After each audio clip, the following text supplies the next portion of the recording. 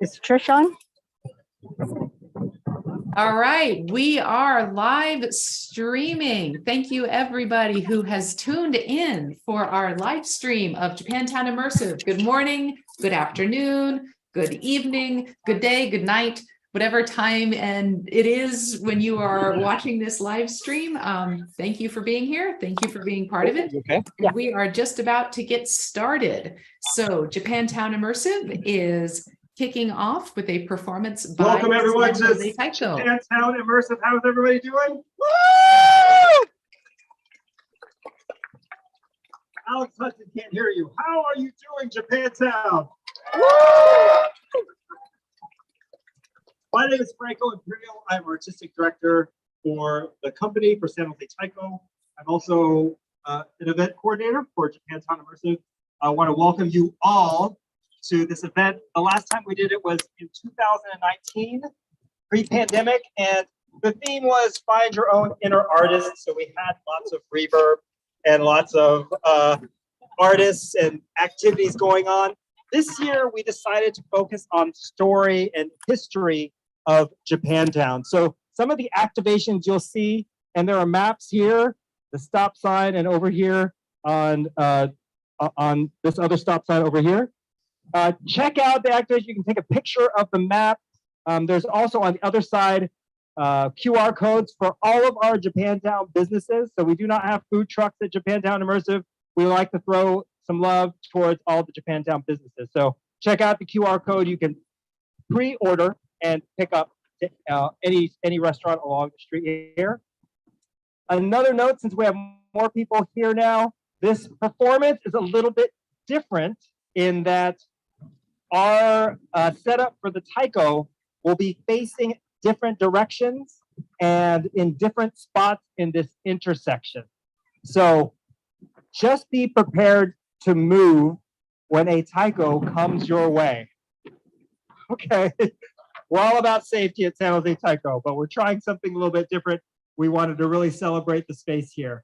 So without further ado, I'm going to introduce San Jose Taiko, and Zach here is going to take it away. Hey everyone, my name is Zach, performing member with San Jose Taiko, and thank you so much for joining us today. It is always such a joy to be here performing in Japantown, which has been San Jose Taiko's home for the last 50 years. I always love seeing the community come together and new and old faces all part of this community and welcoming everyone in ways that celebrate and acknowledge the history and stories of this really special place. Today we are joined by San Jose Taiko's Junior Taiko Performing Ensemble. They are wearing the teal hoppy coats. Woo! And we'll be opening our set with two pieces called Furin Kazan and Yorokobi, two of the oldest pieces in San Jose Taiko's repertoire, both of which written by Steve Yamaguma. Steve was a member of San Jose Taiko and sadly passed away just this year. And his legacy continues to live on in his contributions to San Jose Taiko, as well as a beloved member of this community. And without further ado, here is San Jose Taiko.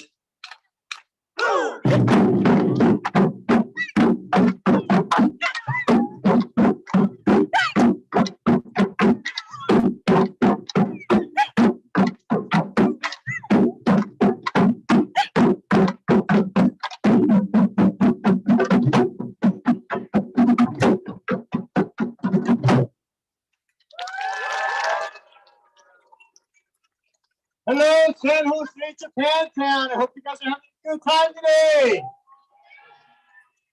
All right, that song we just performed was called Gathering by Franco Imperial. Before that, we played Golden Sky by Jeff New. So Japantown does have a very special place in my own heart. I used to come down here as a kid, not a ton, but I come down from San Jose, Obon, maybe grab a quick bite to eat at one of the restaurants. You know, when I think back to those days, I always think about San Jose Japantown with a lot of warmth and nostalgia in my heart. And I think about, you know, why is that? Why is that feeling of warmth there? And it comes down to community, neighborhood. You know, this is the place as you walk around, as you see a lot of these businesses are locally owned businesses. They're small businesses. The proprietors and the people who work there live and work right around here. And they're not nameless corporations coming in to make a big buck. It's just a really great neighborhood feeling, and there's a lot of heart here. So I hope that you're getting to learn a little bit about the history of downtown, but also seeing how much of a vibrant present day atmosphere that we have going on here. So we really appreciate you guys all coming down, and please take advantage of all the different activations that we have, as well as visiting some of the shops that we have coming around. So we are going to be moving on in this set with another piece now. This is called Sore Samba, which brings together the sound of taiko and the Brazilian samba. Enjoy.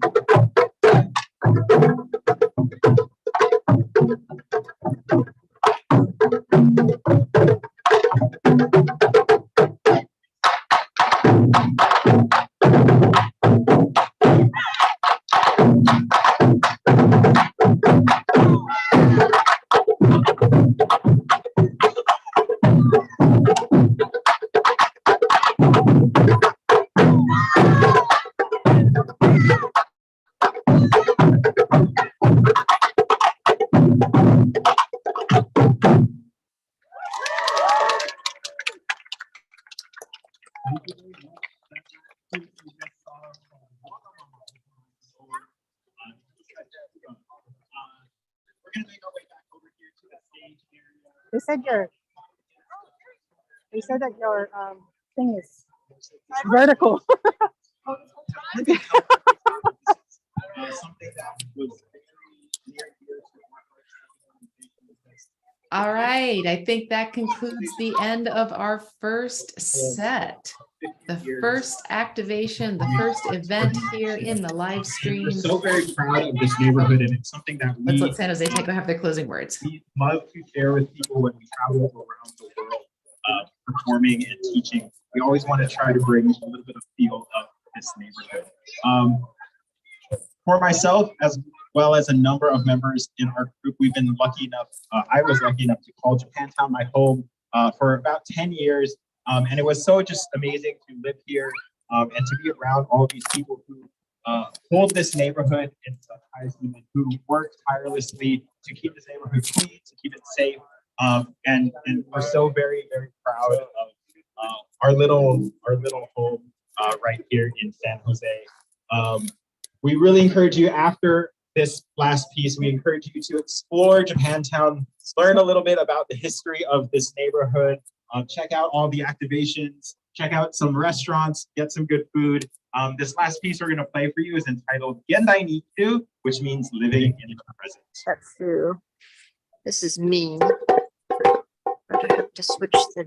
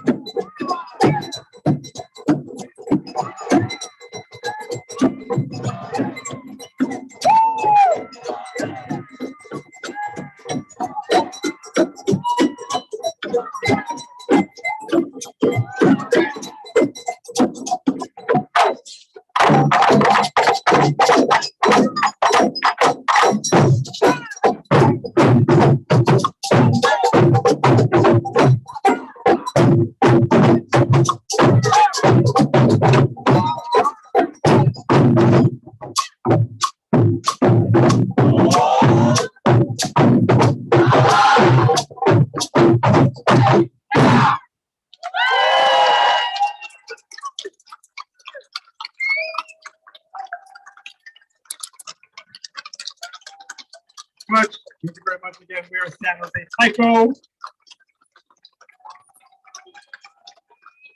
Thank you for bearing with us as we move around for that last set. We'll be doing it again at 7:45. So if you're still around, hopefully you are, you can come back and enjoy the set again. Next up, we will have Lotus Preschool Taiko at 5:15. So in about 10 minutes, they'll be performing right in front of the stage here. So yes, it'll be very exciting. Feel free to grab something or check out one of the activations. We have kimono photo booth over at Nichibe Busan, past 4th Street. We also have a lot of memorabilia and the 48 flag signing over here at Roy Station with a lot of beanies memorabilia, for those of you who remember beanies. We also have a scavenger hunt at Zonkies. Check out Zonkies, they'll get you going on a scavenger hunt with lots of prizes. And then over here on towards 6th Street, we have Kogura, in front of Kogura Gifts, we have Fantan, Hanafuda, and some coloring stations for the kids. So stay tuned. Thank you. Lotus Preschool Taiko in 8 minutes. All right, and that was Franco taking us out, telling us a little bit about what is going on at Japantown Immersive this afternoon / this evening. I forget if I introduced myself before or not. I'm Rome Hamner. I use she, her pronouns. I'm the general manager for San Jose Taiko, and I am the host for this evening's live stream, at least the virtual host for this evening's live stream of Japantown Immersive. San Jose Taiko is doing this in conjunction with Taiko Ventures, which is led by Sue Yuen, and Sue is one of our camera people on site at Japantown Immersive. And Trish Kume, who is a retired member of San Jose Taiko, is our other camera person. They will be streaming and filming every single performance that happens. Franco told you just now that Lotus Preschool will be happening in a few minutes. So we'll be going back to the stage and to Sue and Trish in a few minutes so we can catch the Lotus Preschool Taiko performance. It is adorable and we don't want to miss it. But in the meantime, for everybody who is tuning along at home, don't want you to be bored. And so we have for you a virtual scavenger hunt. So I am going to share a slide deck of questions for our virtual scavenger hunt. And we'll see how many questions we get through before the Lotus kids go on. You don't want to miss 3 to 5-year-olds playing taiko on buckets. You really don't. But let's spend a little time with the scavenger hunt. So here's how it's going to work. I will put a question up on the screen in just a second. I will start a timer for 25 seconds. Those 25 seconds are your time to look up the answer and put the answer in the chat on YouTube. I don't want the 25 seconds to be completely downtime. So I'm going to fill those 25 seconds by telling a few of my favorite dad jokes. So everybody get ready to answer a little bit of trivia, to do a little bit of internet searching, and also to do a little bit of groaning, unless you love dad jokes, as I do, in which case you're ready to laugh. Okay, so here we go. Question number 1. Where are the 3 remaining Japantowns in the US? And I am talking about official Japantowns. Oh, I didn't start my timer yet. I'm talking about official Japantowns that are officially recognized as such. All right, here we go. Timer starting. 25-second timer starting. That means I have 25 seconds to tell dad jokes. Dad joke number 1. Why are balloons so expensive? Inflation. Dad joke number 2. I'm going to tell 2 short jokes and a long joke. Joke. How much time do we have? Oh, that's it. Only time for 2 dad jokes.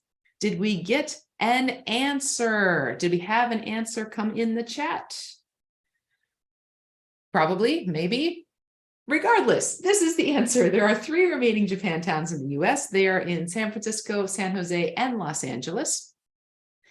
The San Francisco Japantown is also known as Nihon Machi, commonly. This is a picture of it up here. And you can learn more about it at sfjapantown.org. So I invite everybody to follow that link, learn a little bit about San Francisco Japantown. Next, Los Angeles Japantown, also known as Little Tokyo. You can learn more about Little Tokyo at visitlittletokyo.com. You can also just Google Little Tokyo and the website will come up. And then, of course, our very own San Jose Japantown, known affectionately as J-Town. And if you go to jtown.org, you can learn all about San Jose Japantown. All right, I am seeing cameras starting back up, but it doesn't look like the Lotus preschool kids are on the stage yet. So I'm going to do one more question and a couple more dad jokes. So let's go on to question number 2. Question number 2. Name the San Jose Taiko performer who painted the electricity box at North 7th and Taylor Streets in Japantown, and what is on the box? This is a 2-part question. You got to find the answer to both parts. Starting the timer, 25 seconds. See if I can get more dad jokes in this time. What side of the tree grows the most branches? The outside. What breed of dog can jump higher than a skyscraper? Any breed of dog. Skyscrapers can't jump. Oh, and I don't have time for another one. 3, 2, 1. Okay, time is up. The answer to this question is Yurika Chiba. And on the electric box, you find Taiko Cat and Friends. All right, I'm going to stop share there because I don't want, oh, it looks like my camera may have frozen.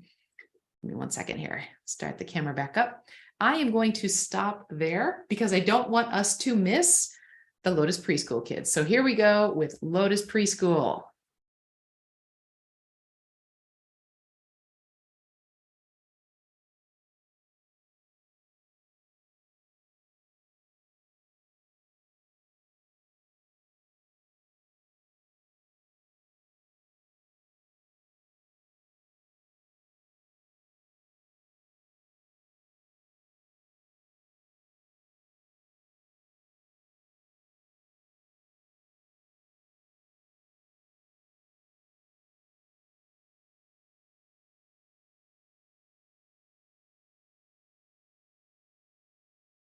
Just letting folks know that both of our camera people are muted at the moment. So I'm asking them both to unmute and hopefully we'll have some sound going in just a second.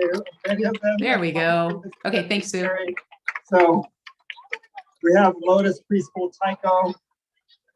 They look amazing in their Taiko t-shirts, which say Don and Su and Kara, which are the musical vocabulary we use when we are playing the taiko. So you're seeing the taiko language on their Lotus Taiko t-shirts here. And so they will be playing 3 songs. The first song is Taiko Pokey Pokey. And Miss Jerry,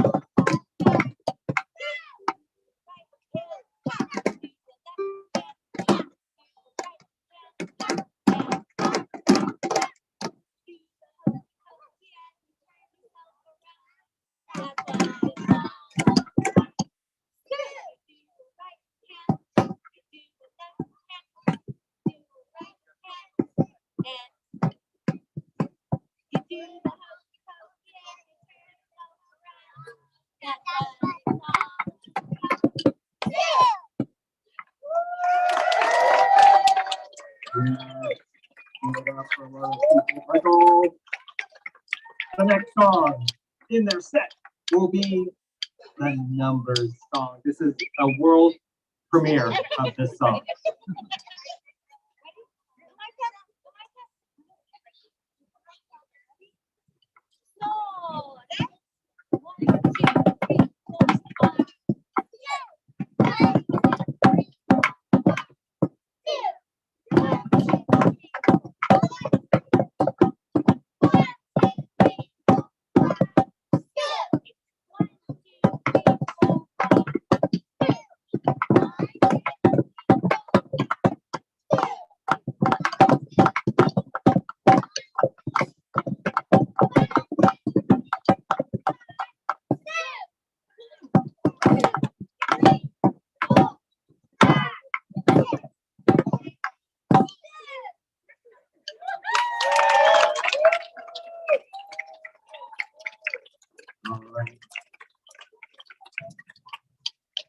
We have one more song here. This is their finale song. It is, yeah, don't leave yet.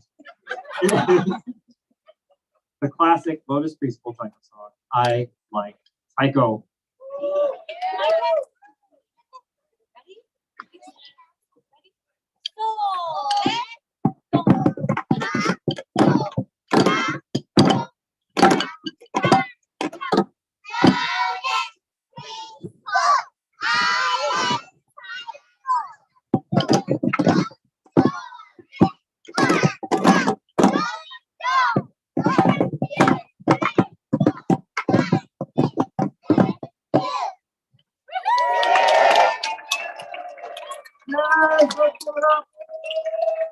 Hold that pose. Hold that pose so your parents can get quick photos and video. 5, 4, 3, 2, and 1. Great job, Lotus Taiko.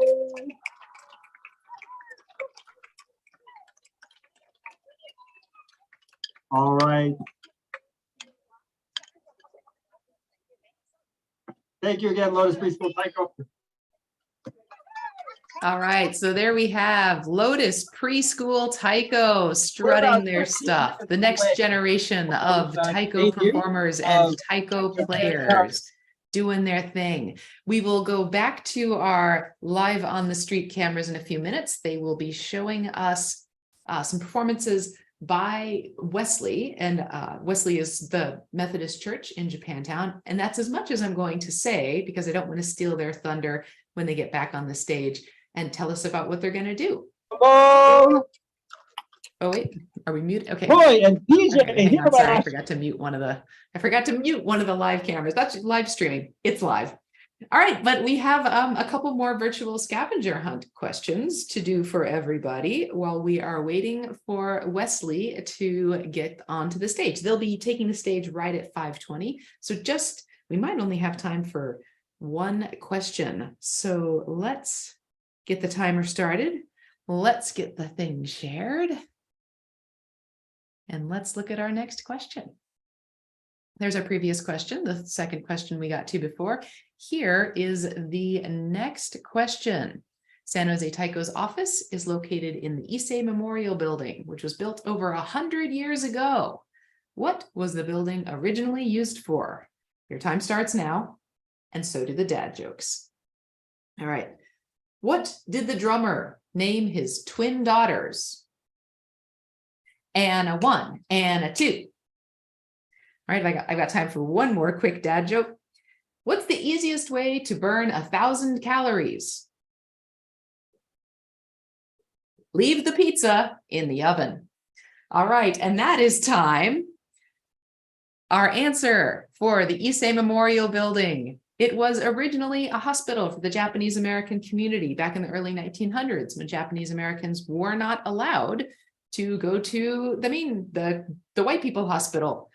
There was a hospital built for Japanese Americans in Japantown. Looks like we still have a little bit of time. Our camera folks aren't live yet, so let's do one more question. It is a 3-part question this time. We're looking for the first Asian American to play in the NFL, when he played, and what team did he play on? Even though it's a 3-part question, you still only have 25 seconds to search for the answer.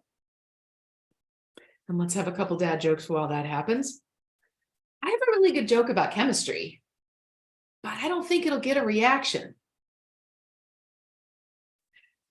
I have a joke about a broken pencil, but it's pointless. I don't think I have enough time to do another one. I will stop here. We have, and one, time is up. The first Asian American to play in the NFL was Walter Sneeze Achu, who played in 1927 as a member of the Dayton Triangles, a team that is no longer around, of course. And I see one of our camera folks has come back on, so I'm going to stop share and take off my spotlight and put them on so that we get to the next performance.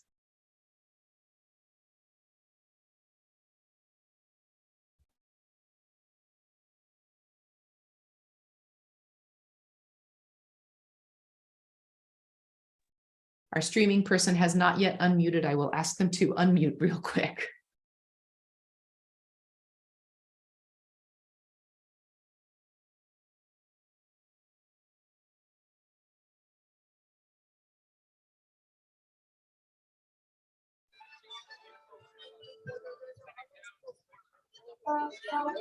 There we go. You can hear Wesley tuning up for what they're about to do. I'm going to go ahead and I'm going to leave it on the stream because I don't want to step on the toes of the next performance, which looks like it might feature PJ Hirabayashi. That might be PJ right there. We'll find out soon.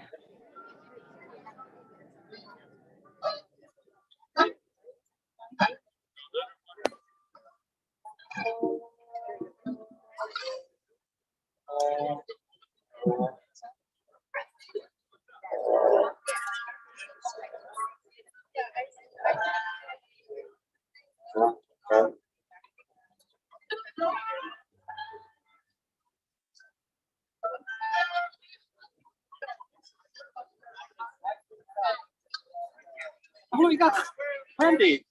How are you? I said, yeah, okay. Bye-bye. Oh. Oh, okay. Oh, yeah. All right, I might go ahead and do another question because it seems like they are still tuning up and not quite ready to go yet. Yeah, they're not quite ready to go. So I think I will do another question real quick and I will stop in the middle just in case they start. You will hear them tuning up in the background. Here's our next virtual scavenger hunt question. Japantown grocery store that has been in business since 1976. I'm just going to start the timer. No dad jokes. Just counting down. You're welcome to hunt for the answer right now. Got a few more seconds. And 6, 5, 4, 3, 2, 1, time. The answer, of course, is Santo Market, known for their poke window and their deli counter. So yeah, if you're ever in Japantown, highly recommend stopping by Santo Market and grabbing some lunch or grabbing some dinner, depending on what time of day it is. All right, looks like they're not quite ready to go yet. I heard somebody say that. All right, so I'm going to go ahead and let me just switch back spotlight to me so I can tell more dad jokes.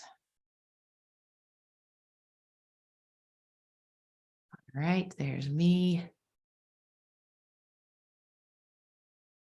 All right, continuing with our virtual scavenger hunt while we wait for the next activation to start up. We're looking at the San Jose Japantown Issei Pioneer Stone. That's that big stone right there on the left. What is it originally? Where is it originally from? And what does it symbolize? Do some fast Googling right here to try and find the answer. You've got 25 seconds.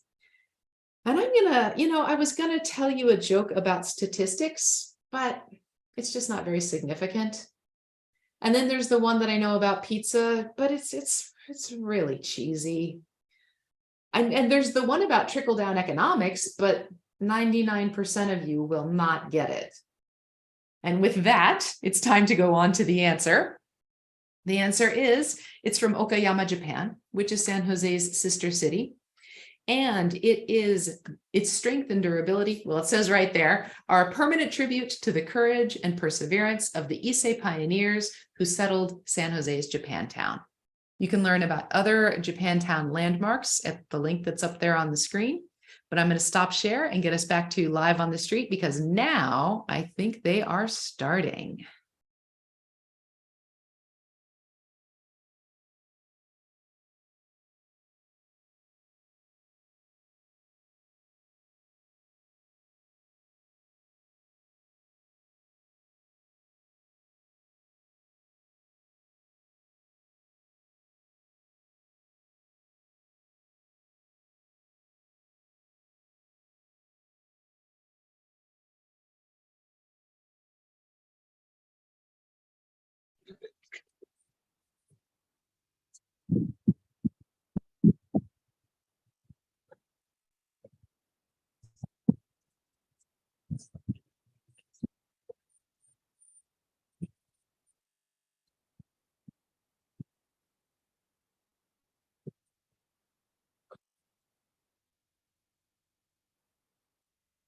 Looks like they're still chatting, still settling in the details. I know that they're doing an excerpt of a performance from a new immersive performance work that's being created about the history of Japantown. San Jose Taiko a couple years ago produced Swingposium, which is still being toured. It is an immersive performance experience that recreates an internment camp and uses taiko to symbolize the way Japanese Americans maintained hope and strength in the face of incredible hardship and trauma. It's an excellent, very powerful work, and it has inspired some other folks in the Japantown community to create their own immersive musical play all about the history of Japantown. And we're going to be seeing some excerpts from it here is what's going to be performed. I think they're getting ready and I don't want to talk over them, so I'm going to mute again. Thank you. Good. Good. Good. Hey. Good shot. Good.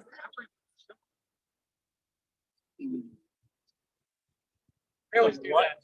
Yeah. You should. You should. Photographer. Photographer? Yes. Okay, that's fine. But we all.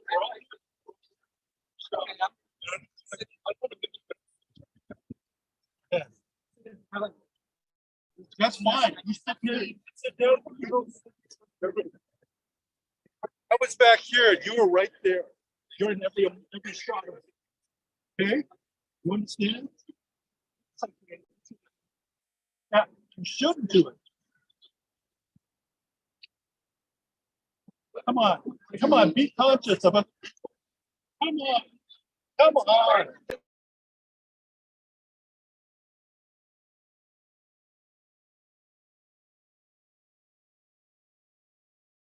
We're getting some nice backstage banter from the performers.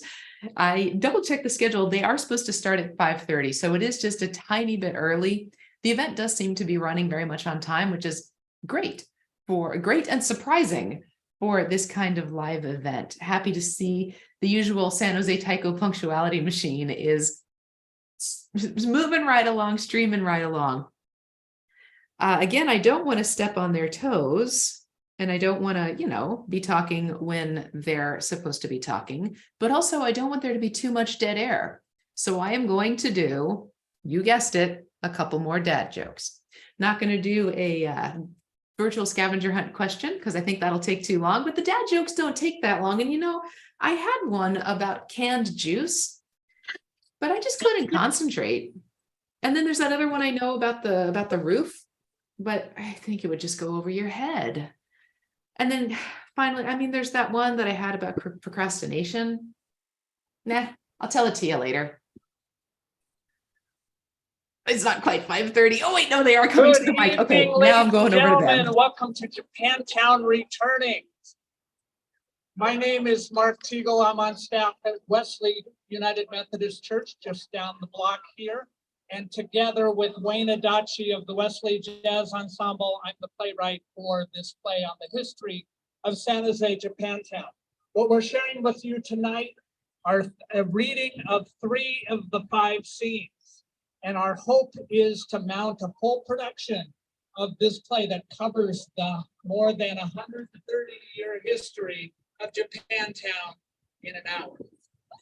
And so we give you just this little sampling. We'll be doing the first scene now at 5:30, and then there'll be a little break, and at 6 o'clock, you come right back here and we'll do the second scene.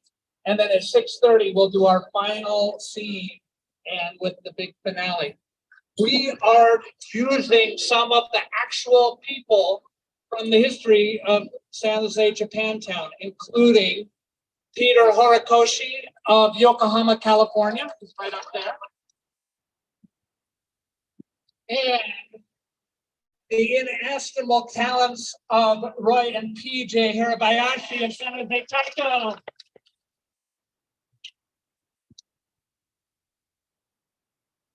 And so without any further ado, we're going to dive into Japantown Returnings. What follows is a segment of Japantown Returnings, a history of San Jose Japantown. We pick up the story in 1971. Behind us is the period from 1890 to 1942, when the neighborhood that served as a refuge for Japanese immigrants and their children was the center of life for the community. But it became a ghost town after Franklin Delano Roosevelt's Executive Order 9066 sent 120,000 people of Japanese descent from the West Coast to internment camps. After the war, people returned and resumed their lives. They spent the late 40s and 50s rebuilding Japantown into a thriving neighborhood of shops, restaurants, and places of worship. The 1960s had been a turbulent time for Americans, and the people of San Jose's Japantown were no exception. It was a time of change, of conflict, of cultural assimilation. Some of the businesses in Japantown were shuttered. This generation of Japanese American young men were being drafted into the military, this time sent off to fight a war in faraway Vietnam. And too many of them did not come back. And those that did were scarred in ways we still don't understand. And protests were erupting up at Berkeley and at San Francisco State, and even right down the street at San Jose State College.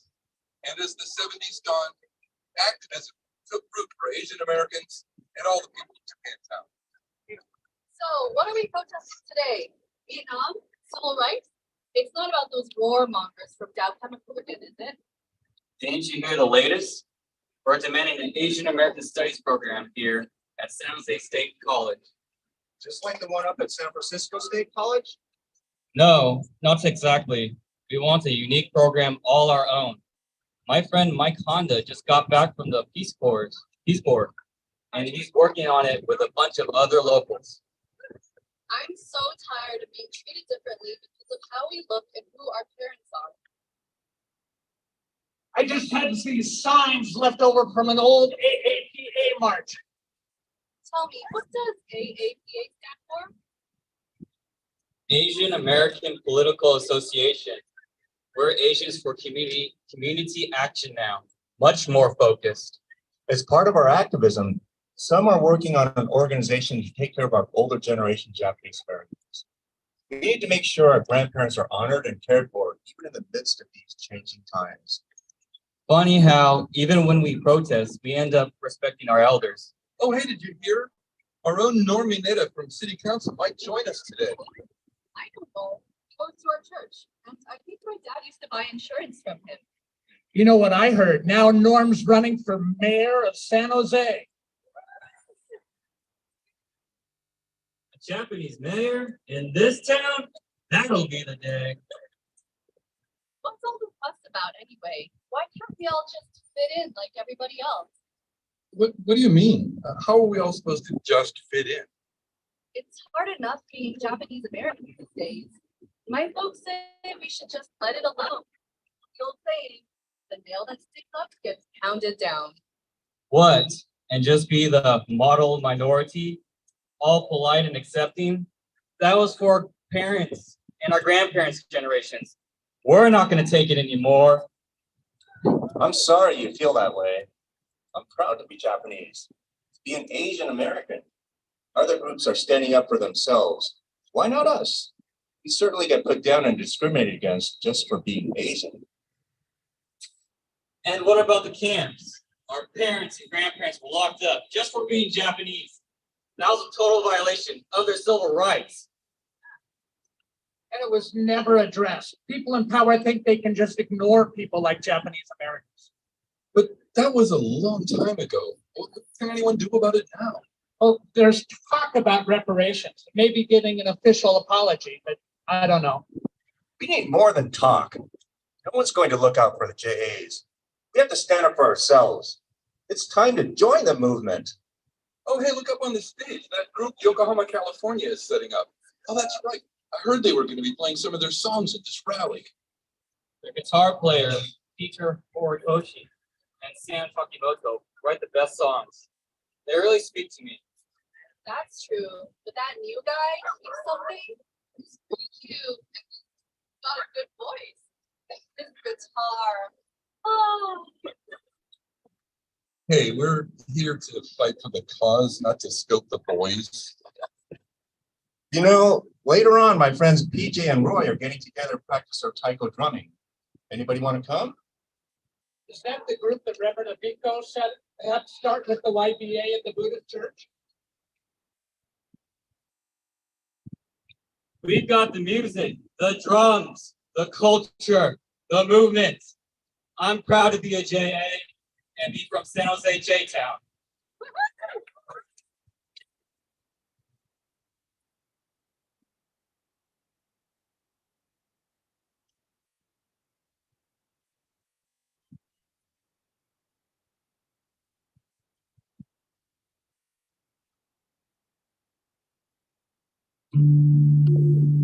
Is anybody home? I thought somebody lived here. Once upon a time, there were people in this place. But that was long ago. And now you never follow.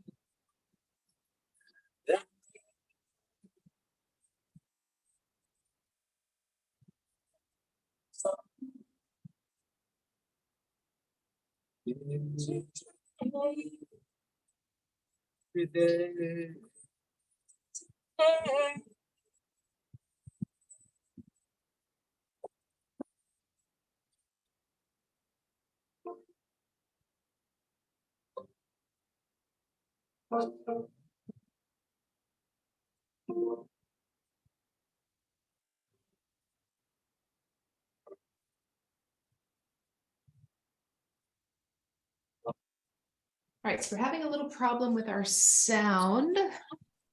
So apologies to anybody who's watching, but our sound is not quite coming through. So I'm gonna leave it, I'll leave the video on so we're able to pick up any dialogue that comes back. But unfortunately, the sound is not coming through, so apologies on that.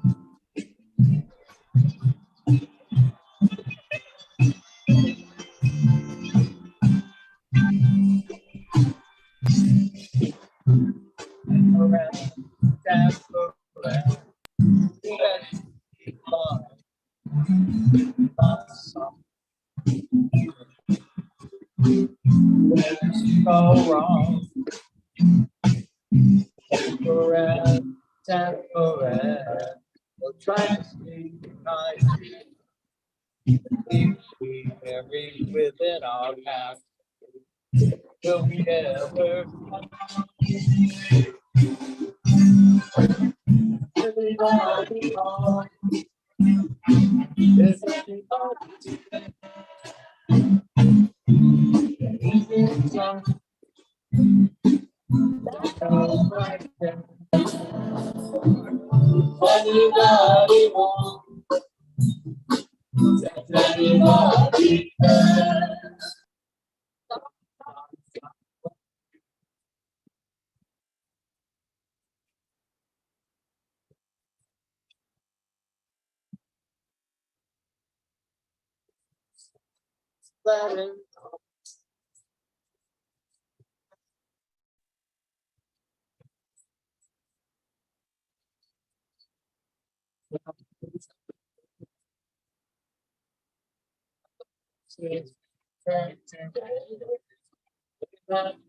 down?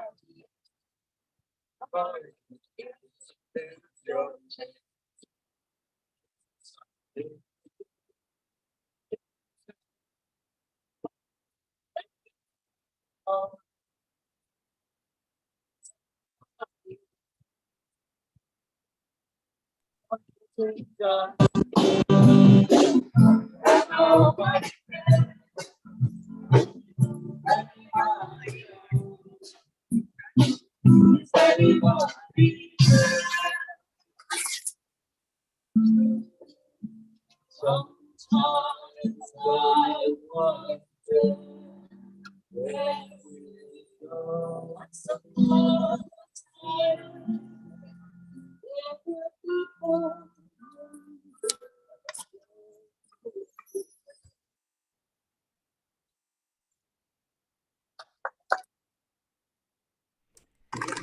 Apologies, everyone. We're just having some sound issues with our streaming.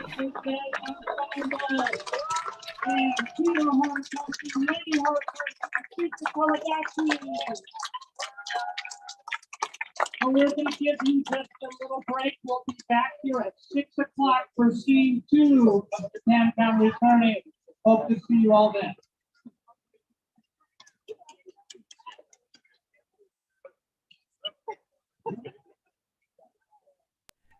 So sorry about the sound quality, everybody.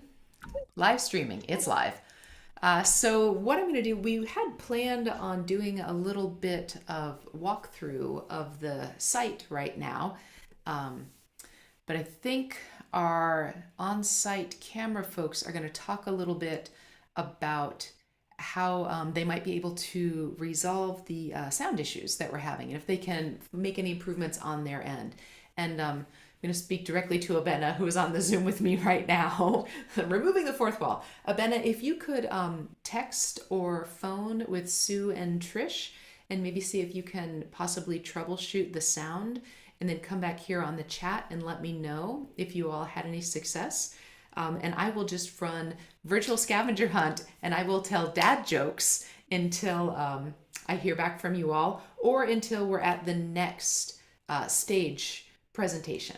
So is that cool, Abena? Can you just give me a heads up in the chat that yes, you heard me say that and that you're able to do that?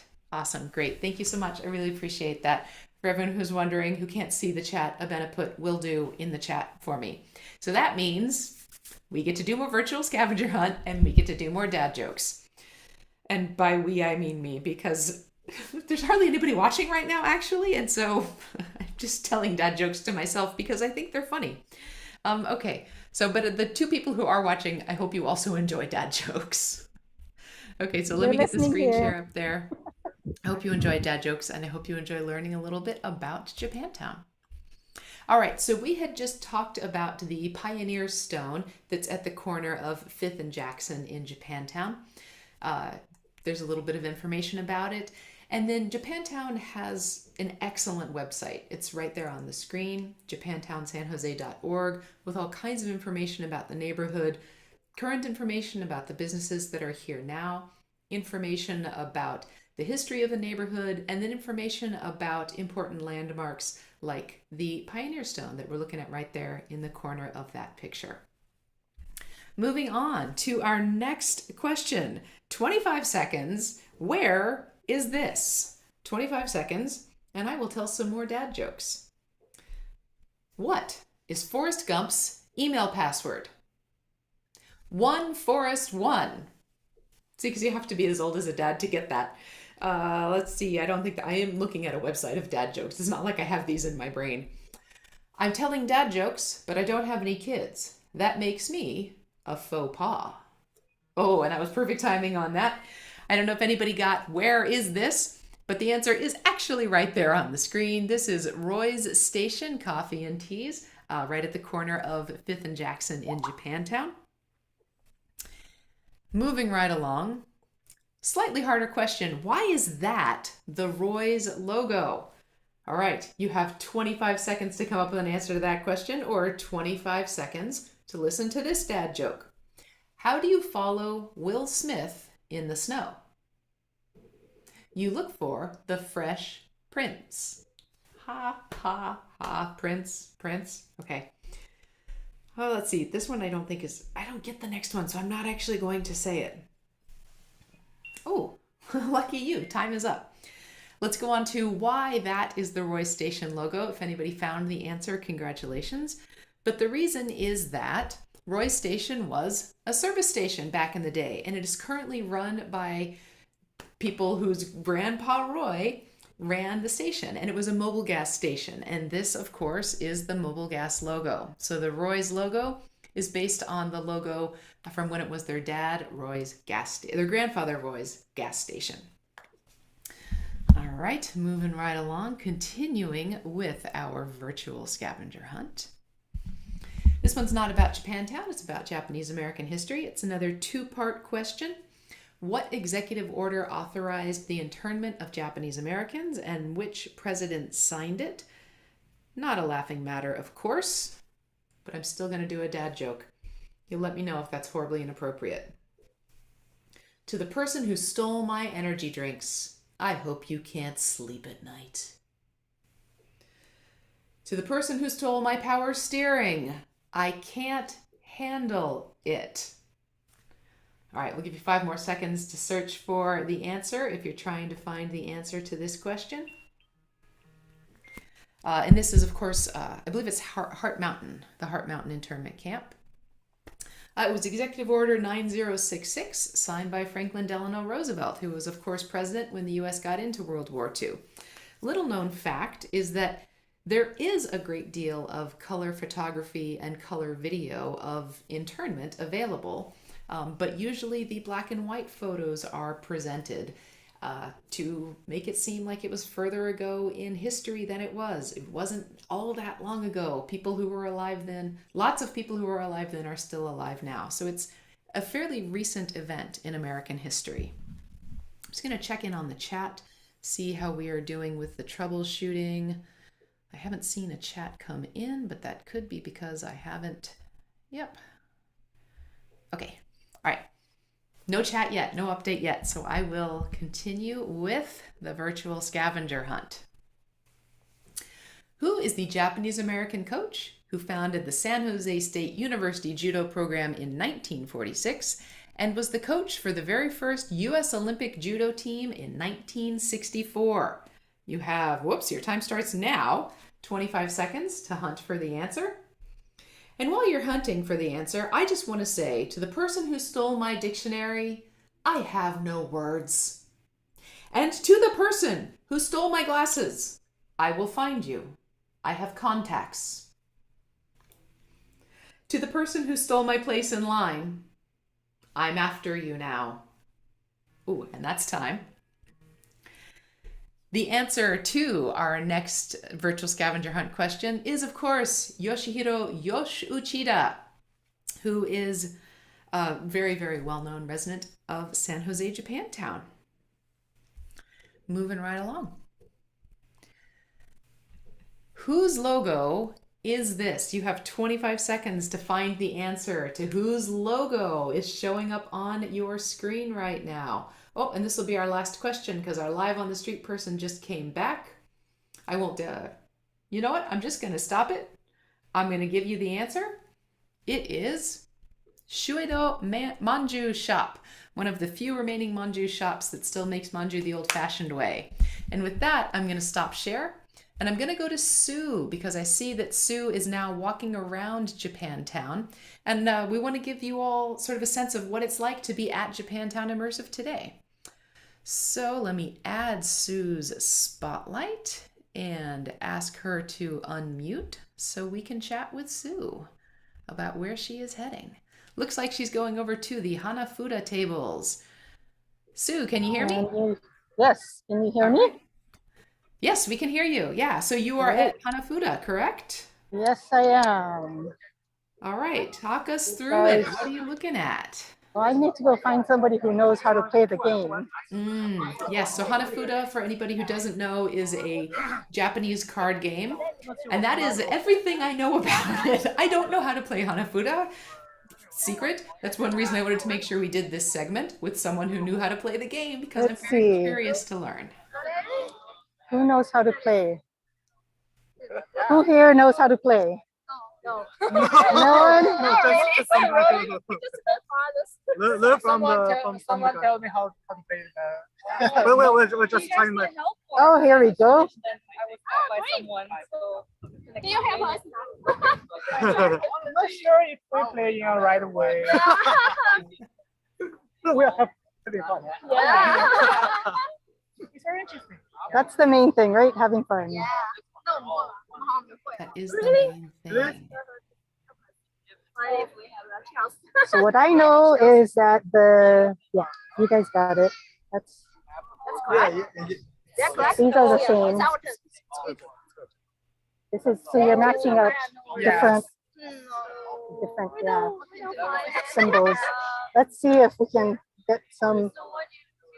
I don't know how you guys can explain because it doesn't really explain it here. But what it is that so everyone gets, so it's 3 players and then everyone gets their, yeah, oh, well, I think 4 players probably work when we're casual. But what we do is we will first put down a card. If it's matching, it matches. If it doesn't, then you have just throw out your lowest point, so like all the ones, right? And then you pick a card, you open it, and then if it matches, you put any of them in the field, and you pick it. It's kind of like, you guys know how to play mahjong. So we should put one card. Yeah, but you don't want to put this one. This one is the one that's worth it. So you want to put one of these down, just put it, throw it out, or either one. And then since it doesn't match, then you pull a card, and if it matches, then it matches one of these. This is your points. Yeah. Did you guys just start or? Yeah. Oh, okay. Yeah. They just didn't. No. It's like it's not explained here. Yeah. So then one of the the guy there, he knew how to play, so he was explaining it to me. Okay. So the roll is Yeah, you open it. Or you have like a smaller one, like this one. Is a smaller card, so you put it down. Or if you have any matches, then you want to match it. You don't have any matches. You want to start and then. Yeah. Okay.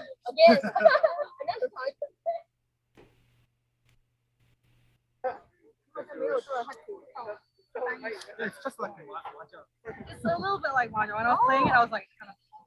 Yeah.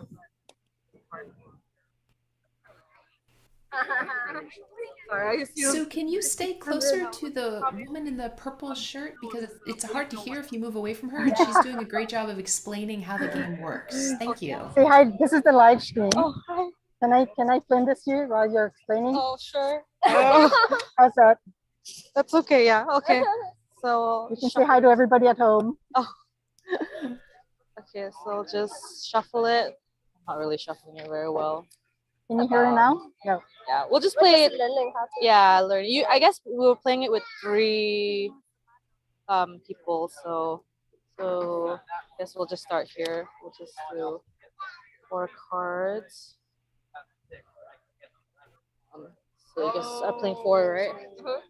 And we'll do 4 first, I guess, since we're doing less people or more people.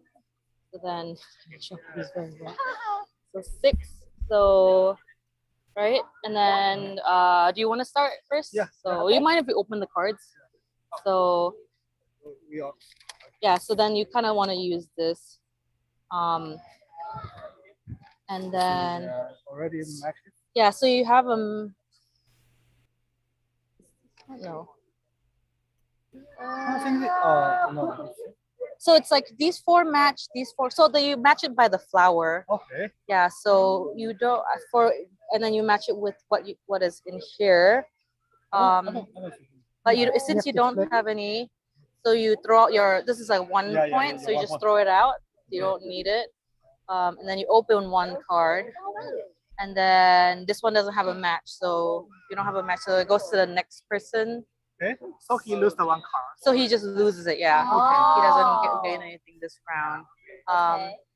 And then for you, yeah. So you this is a higher point one, so you try to do matching it. So yours is this. You can like be dramatic and throw it down. But and then no. So then you only get 1 matching per round. Yeah. So then you open it up again. So these 2 are matching now. So you get this one too. Oh, Yeah. So then for you, So for just 1 question. For him, Yeah. because this card is just it's in the middle, and then you just opened it, and because it was matching to one that was here, you take it as well. and all the 2 cards from here. Yeah. If at this time he has 1 card match. No, you can only go 1 at a time. Okay. Yeah. So I guess you should have used that one, but Oh, I see. yeah. But and then for you, yeah. So Yeah, for you, like this one matches, so you can grab this one, right? And then you open, and none of these match, so then it goes to you guys. Yeah, but this is you have to have the card to. So if it's in the middle, you can't take it. But if you have it, then One of the cards has to be from your deck. Yeah. Or from here or from his turn, right? Yeah, so he's done now because it opened up this and that doesn't match with anything Okay. else. Then for you, the card just open within the middle, yeah. And then so you can just as the card is yours. You just open it as yeah, but then you leave it in the middle, yeah. So then for you, this nothing matches, so then you just throw one out and then open another one. But this matches, so you get it. Yeah, and then you have this matches, so yeah. So these two match. They take these and then you open it, and you don't have anything matching. So then you throw out one of your cards. Oh yeah, it matches, so you take this or take this one. So take the higher point one, obviously. Yeah, and then you open it, and because this matches, so you get you get these, and then for you, none of them matches, right? So you want to throw out your lowest point one, so yeah, just throw that, and then you open. Doesn't match. Yeah, okay. So then for you guys, no, the one that matches this is your points already. Yeah. So then then you take these and then you open it, and then because these two matches too, you guys get it. Yeah. I think we two just lose the chance. Yeah, someone's just unlucky because you. Yeah, so that one is a lower one. So usually the ones with animals in it is higher points, and the ones with banners is low, like 5, and then the ones just flowers is the lowest point one. So you just throw that out and then open it up, and nothing matches because they just got the match. So then your turn, you have to throw one out. Yeah, you match those. I think I will be the first. And then open it, and so he gets these two. Yeah. And then for you two, you can just throw either one out. I think I have to throw this one. Yeah. Get one. Yeah, so this is yours. Oh, yeah. Yeah, so that's your points. Thank you. And then, yeah. This one. Okay. Yeah. Now you open Granting it. reparations to the no, Japanese these are family not. who had been interned by the government during World War And you II. have to throw your relief. Yeah. But maybe the next one is. Oh, sorry. So It's Sue, I good. think I want to head back to the stage. Or actually, Sue, I'm going to remove your Norm spotlight. I'm going to go over to co-sponsor Trish, the who bill is with showing his us talented Wesley friend, again. Thank you for the Alan Hanafuda Spencer, overview. the senator from Wyoming. The act declares a grave injustice was done to citizens and permanent resident aliens of Japanese ancestry by the evacuation, relocation, and internment of civilians during World War II. These actions were without security reasons and without any acts of espionage or sabotage documented by the Commission on Warline Relocation and Internment of Civilians, and were motivated by racial prejudice, wartime hysteria, and a failure of political leadership. The excluded individuals suffered enormous damages for which appropriate compensation has not been made, and the Congress apologizes on behalf of the nation. This was a long time coming. Too many have already died waiting for this day. It's a happy day, but a sad one as well. I mean, does a small check and an apology make up for the years of their lives that were taken away? At least it's something. I know the apology means a lot to my grandparents. Speaking of honoring our ancestors, are you guys working at the teriyaki chicken booth for Obon again this year? I wouldn't miss it. Have you been going to the dance practices? Like any practice.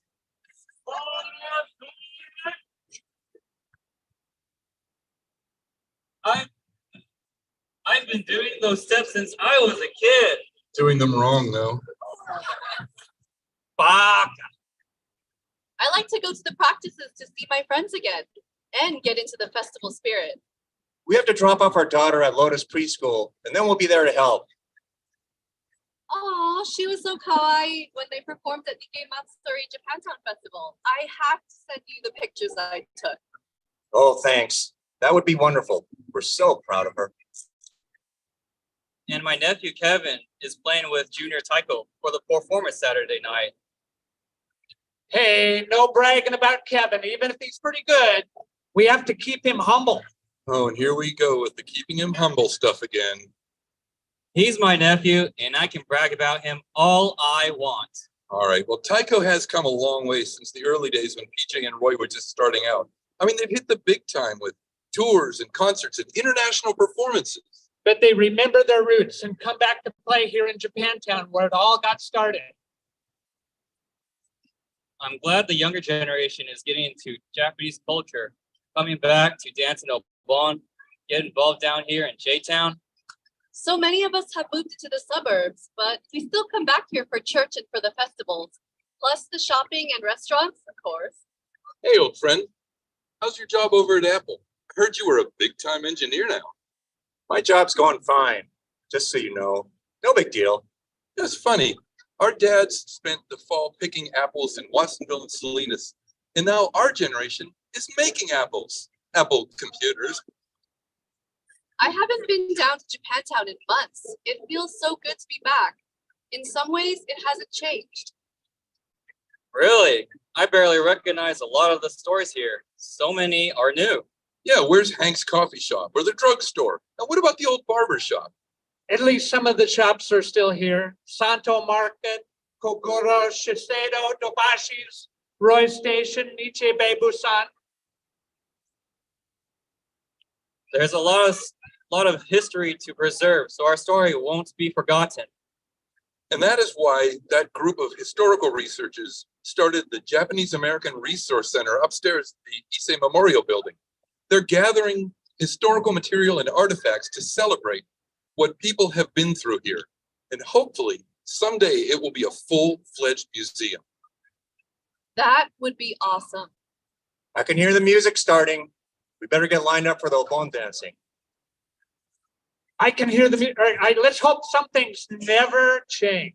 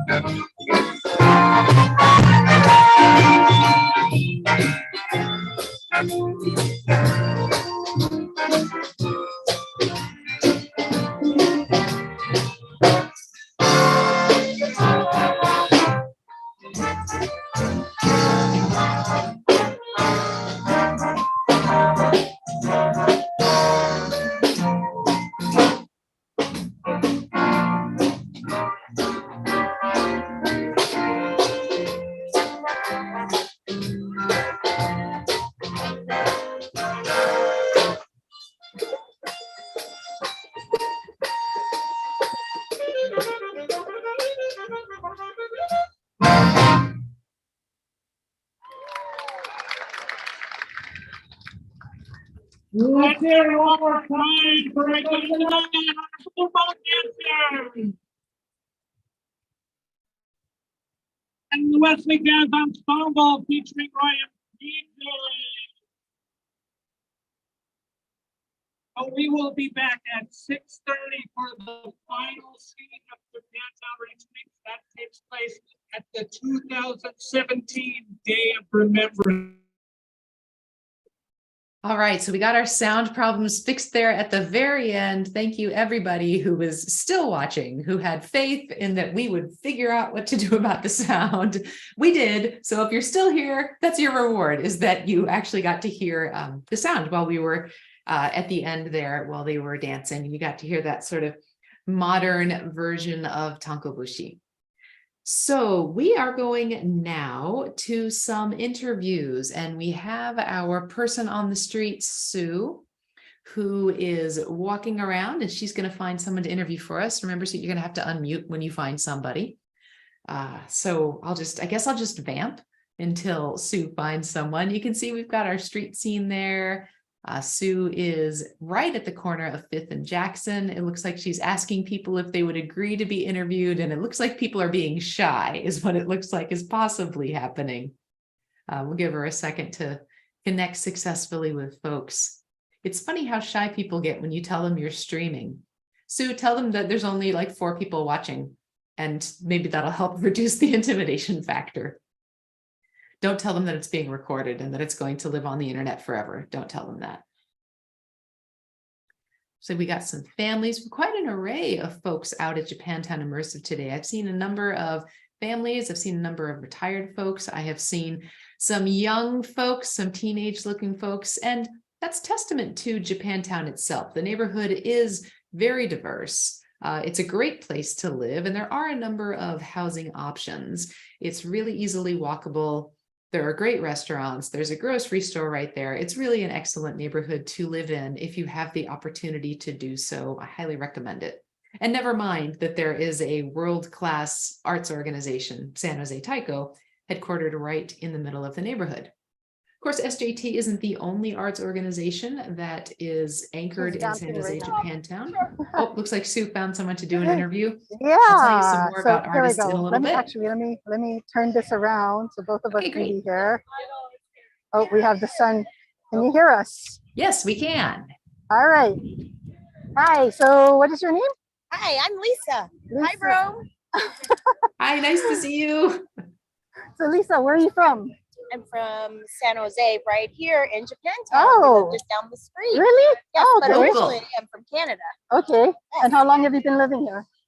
In San Jose, about 25 years.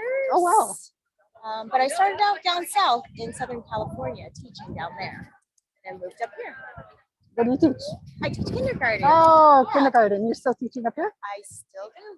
Which school? I teach in the Cupertino Union School District. Okay. Cool. That's Takamara Elementary. And so how has Japantown changed over the years? Oh, it definitely has changed with the addition of these great new stores. We've had a lot of new eateries come in. It's just a great place to be. Oh, yeah. What's your favorite place to eat? Oh, that's a hard one. I would have to say Bombay. Oh, yeah. Yes, I think Bombay is a huge favorite. Yeah, for a lot of people. Yes. Well, thank you so much. You're welcome. This is a great event. Enjoy the rest of the evening. Thank you. Back to you, Rome.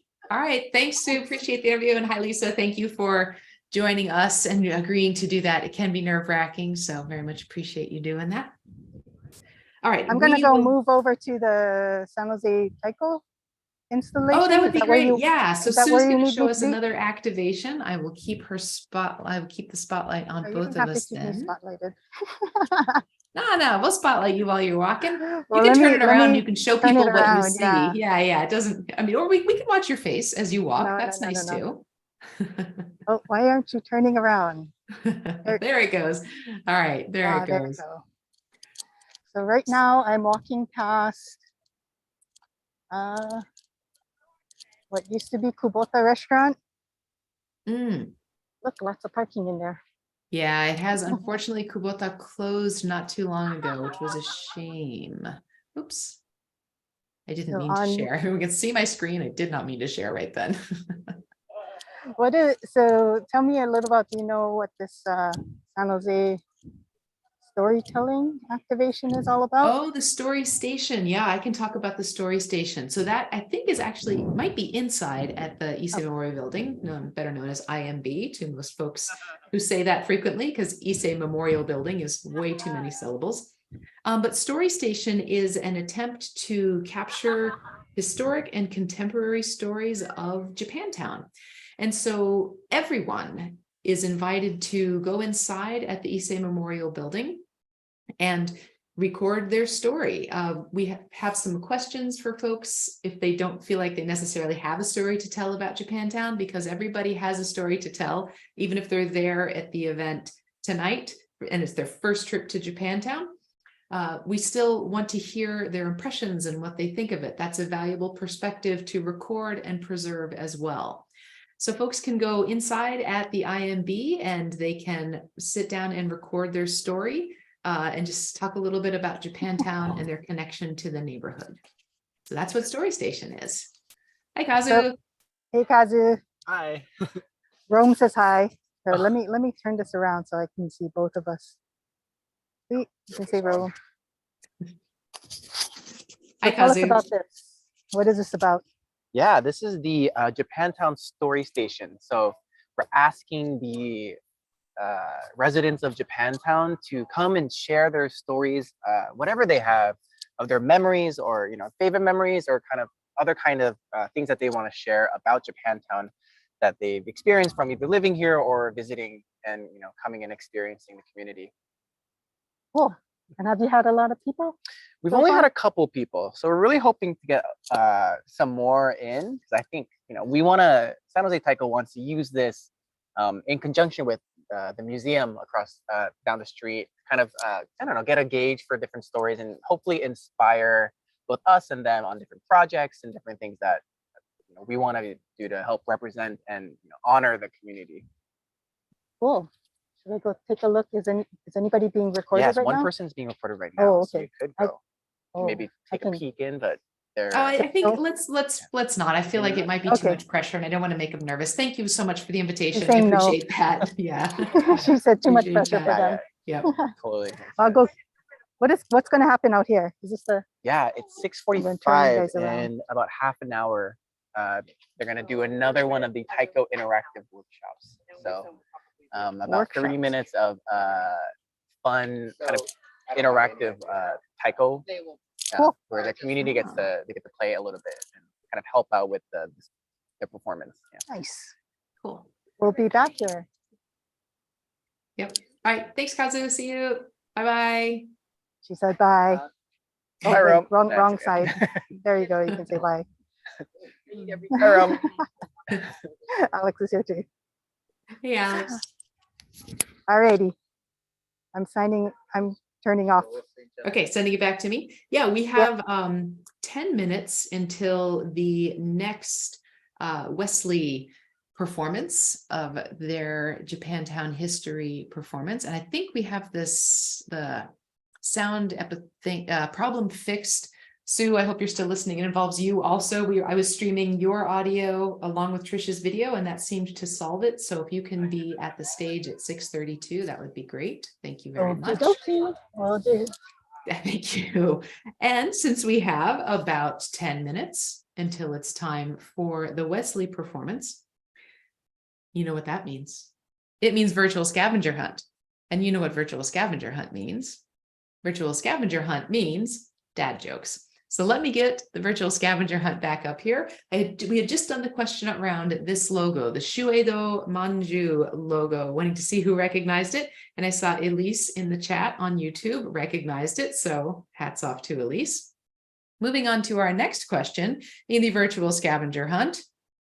What is the best flavor of manju or dango? I'm just going to give 20 seconds for people to just pop in the chat. What is their favorite? No right or wrong answer in this one, because there isn't a right or wrong answer. Manju and dango are delicious. We want to know, what's your favorite? Pop it in the chat. I like that one of the flavors is pink white. I have to say my favorite is the kinako, but honestly, I don't think I've ever met a manju I didn't like. Then that's just the truth. They are delicious and wonderful, and I would eat them 3 times a day if I thought that was healthy. All right, so hopefully folks have had a chance to reflect on what is their favorite manju or dango. And we'll go on to the next question. And no dad jokes during that, because obviously I had to give people time to look at the menu. All right, so moving right along. What J-Town landmark is also the place where San Jose Taiko, SJT is of course San Jose Taiko, was originally launched? It's a very well-known and, whoops, I'm dropping my mic, sorry. A very well-known and famous Japantown landmark. I have already started the timer because it is so well-known and famous. But as long as we're waiting, I just want to say to the person who stole my limbo stick, that was a new low.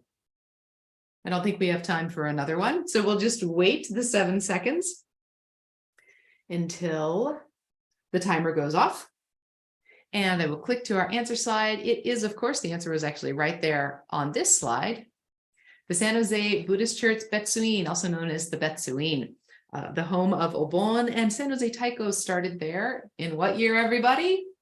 1973. Yes, very good. San Jose Taiko started there in 1973.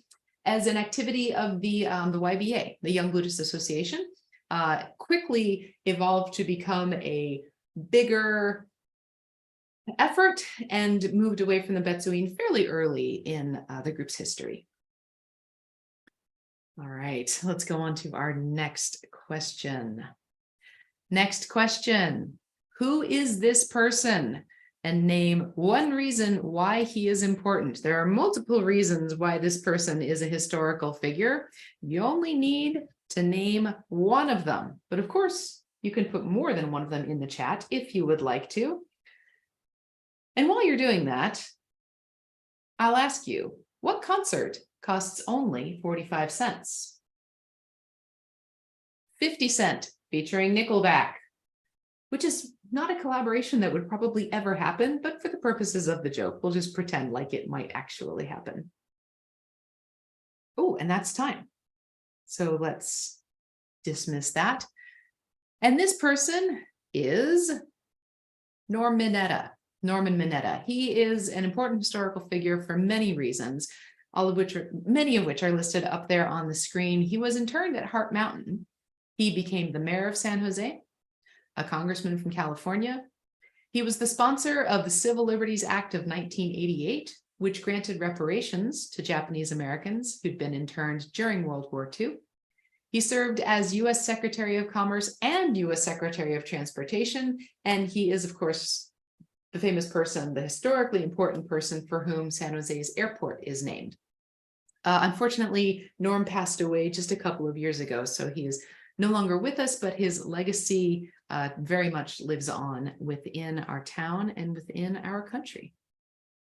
Let's move on to, I'm just keeping an eye on the time because I don't want to miss the beginning of Wesley, because I missed the beginning of Wesley because I was too excited about the Hanafuda. So keeping an eye on the time. All right, we've got a few more minutes to do a couple more questions here on the scavenger hunt.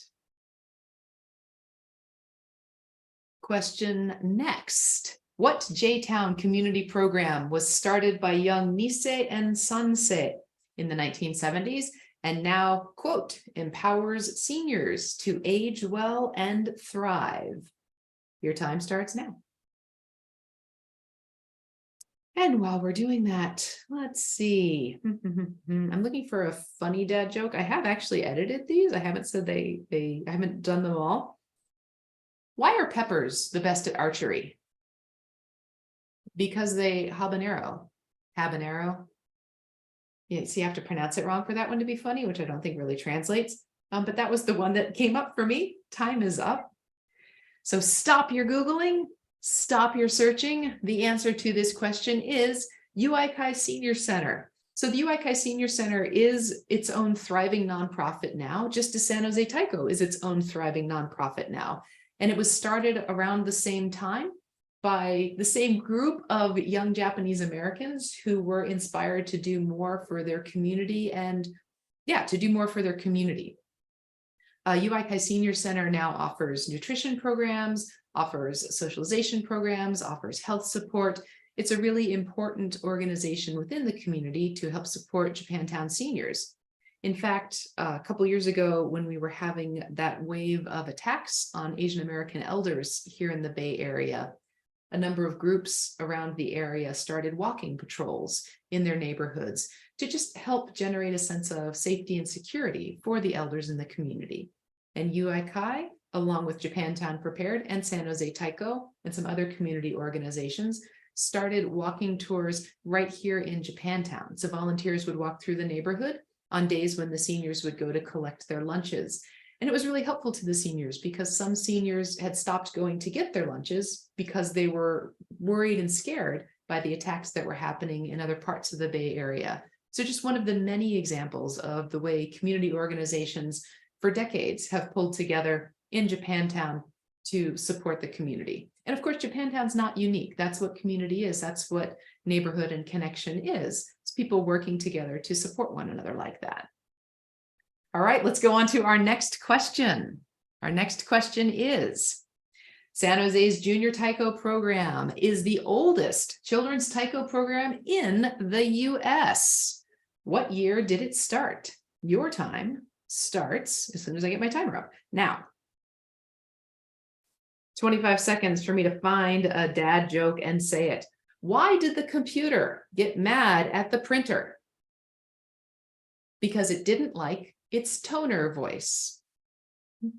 See, these are a little bit more of a reach. I got to the best ones earlier on. Maybe I'll have to go to another website.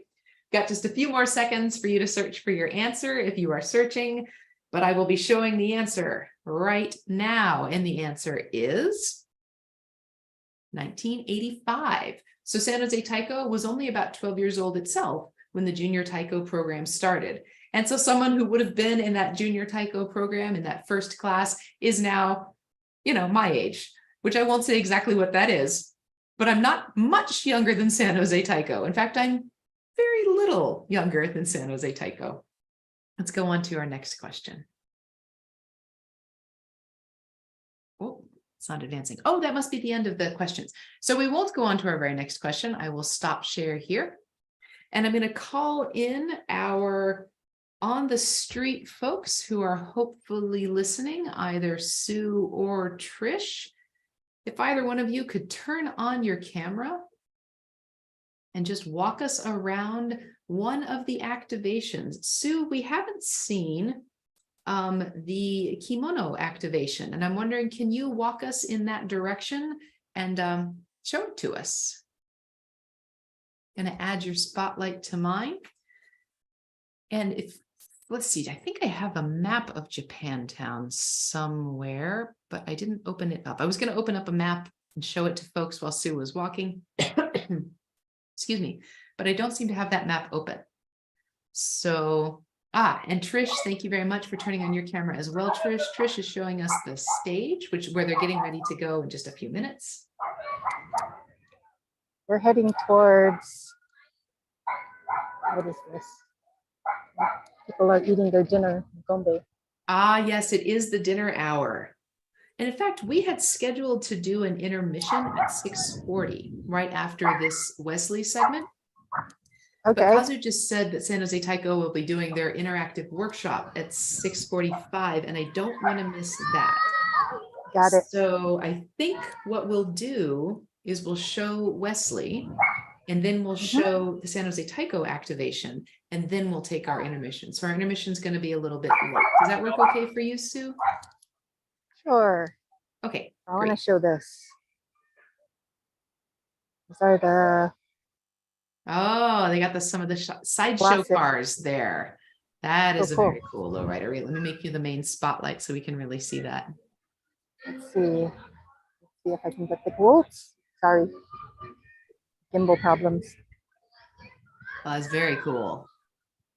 I don't know much about cars. Do you know what kind of car that is, Sue, or can you go around? There's a crown in it. It's Oops, awesome. sorry. That's all good. It's all good. Sorry, this is my gimbal's acting up. There we go. Nope. Uh-oh. Sorry. No, it's I'm okay. just gonna hold it. I'm just gonna hold Okay. it. Okay. Yeah. Walk us through the cars. And here is some kind of Mercedes.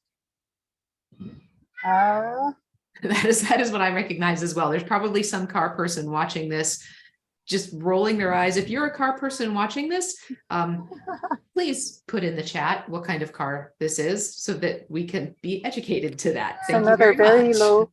very low riding. And truck. It's some kind of Chevy truck. Yep. Mint Very cool. I green. love old Very nice. cars like this. And these are all in such great shape. They're clearly somebody's Yeah, pride look and at- check out joy. check out the bed on this. Like, Oh, nice. original wooden. Very cool. That's amazing. Oh, they're starting up at the stage. All right. Okay, cool. think So if you want to head back that way and you can be our sound, I'm Got going it. to go ahead and I'm going to put Trish, I'm going to add Trish to the spotlight. And I will bring you back on the spotlight, Sue, once you get over there. Okay. Every February, people in Japantown gather for the Day of Remembrance, the anniversary of Executive Order 9066. We remember not only what happened to the Japanese, we also stand with others who are suffering discrimination. In fact, in 2017, Muslim Americans were being targeted. There's a candlelight march in the streets to show solidarity. Coming together like this, it's important. Day of Remembrance is the biggest day of the year for me. We need to remind each other of the past, how people of Japanese ancestry suffered discrimination in descendant towns, the injustice of that. And how, despite that, many young men volunteered to serve our country and become part of the 442nd Regimental Combat Team, the most activated combat unit in U.S. history for its size. Remember their motto? Go for broke. In remembering the injustices they faced, the Japanese American community rose up together and said, never again. When we see it happening to others, we say this fiercely. We stand up to hate. Our Muslim brothers and sisters persecuted after 9/11, and Japanese community stood with them then. Now the Muslims are threatened with a travel ban. We are compelled to stand up for hate against hate. Refugees from Latin America and Mexico are being detained. Children are being locked in cages. Stand up to hate. Our Black neighbors are being killed by the police in record numbers. Communities of color are being hit by poverty and disease. Stand up to hate. Walking the streets of Japantown reminds me of all the history here. We were forced to gather here because of racial discrimination. But we chose to stay. Stores opened because it was the only place Japanese people were allowed to shop. Now people of many cultures come from all over the Bay Area. Come just to shop in these stores, eat in these restaurants, worship in these churches. And in that spirit of inclusion, the shops and restaurants here represent many cultures too. We can share our heritage, our culture, our hospitality with this whole valley and beyond. We now even have the Japanese American Museum of San Jose to help us collect, preserve, and share the JJ history, culture, and arts. There's deep history here.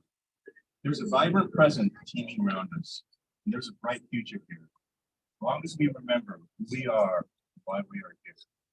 Here's to Japantown. Here's to San Jose.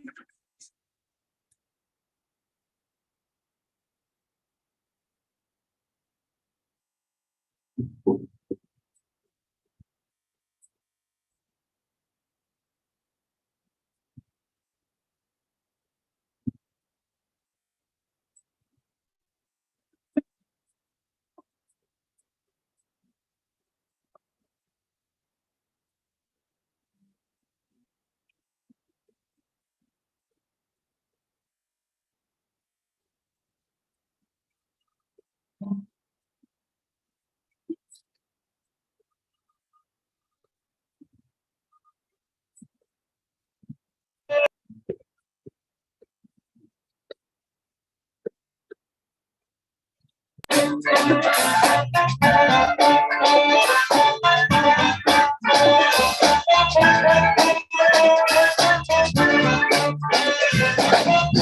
beat of the J-Town, the street of the J-Town, friends on the beat, in the J-Town, in the J-Town, in the beat of the J-Town, the street of the J-Town, in the J-Town, life's so sweet, in the J-Town.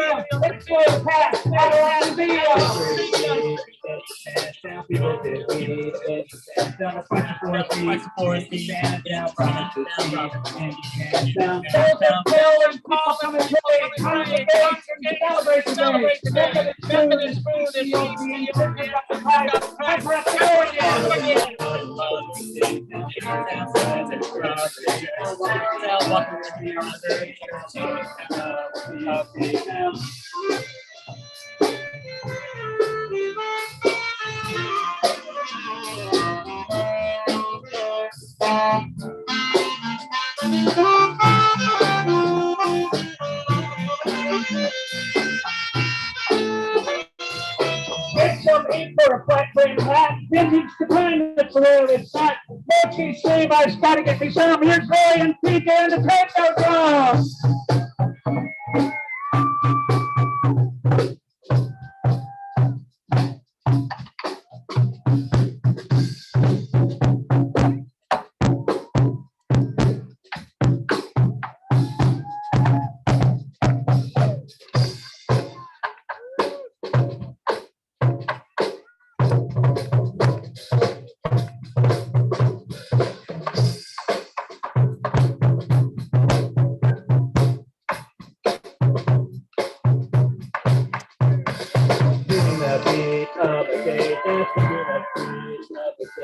Friends I meet in my state town, life so sweet in my state town.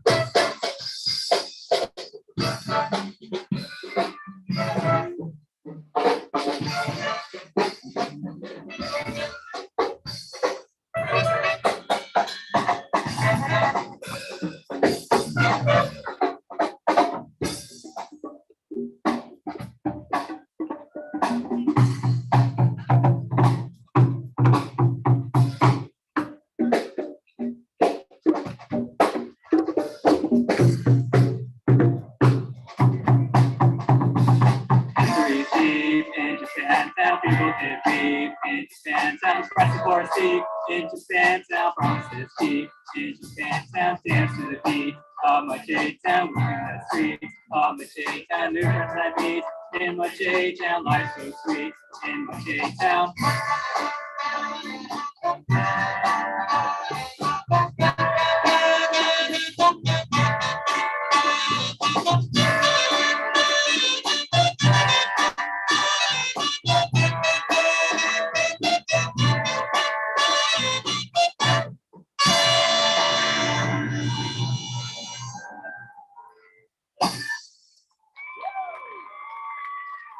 One more time for the Wesley Jazz Ensemble and special guest Roy and PJ Hirabayashi. And thank you to all of you for coming and enjoying Japantown Immersive and the reading of our new play, Japantown Returnings. We're not done. The Immersive continues, so please enjoy as we come together on the streets where it all happened and is still happening today. Thank you. All right, and a big thank you to Wesley for sharing their work, Japantown Returnings, that an immersive theater piece that's a work in progress, inspired by San Jose Taiko's Swing Posium, which I talked about earlier in this live stream. If you're not familiar with San Jose Taiko's swingposium piece. Just search it, spelled just like it sounds, and you will find the website that tells you all about that immersive work that is about internment. All right, and we are going now to our live on the street folks who are working their way over to the activation that San Jose Taiko itself, the group itself, is going to be doing. So San Jose Taiko is doing a live interactive workshop, and Trish and Sue are working their way over there. If they got my text with the updated schedule 2 minutes ago, they are working their way over to the San Jose Taiko activation. I don't know if anybody watching has ever had the opportunity to play Taiko, but it is every bit as much fun as it looks. And I highly, highly, highly recommend, if you are here in San Jose, I highly recommend signing up, if you're an adult, for San Jose Taiko's public workshop to get a 2.5-hour taster of what it's like to play Taiko. But if you're not here in the Bay Area, if you're not in San Jose, chances are there's probably a Taiko group within a relatively reasonable driving distance of you. And that is becoming more and more the case every day. So search the name of your city and the word Taiko, find your local group and see if they give workshops. Because if you thought, gosh, that looks like fun and I'd like to try it sometime, you should. All right, so I am going to put us back. I'm going to bring back Sue and Trish, going to add their spotlights to mine. Sue is still working her way over. You can see her. She's walking that stretch of 5th that we've gone up a couple of times right now. She will have the Easton Memorial Building coming up on her right in just a second here. Oh, what did you say, Sue? What's that? Everybody's over there.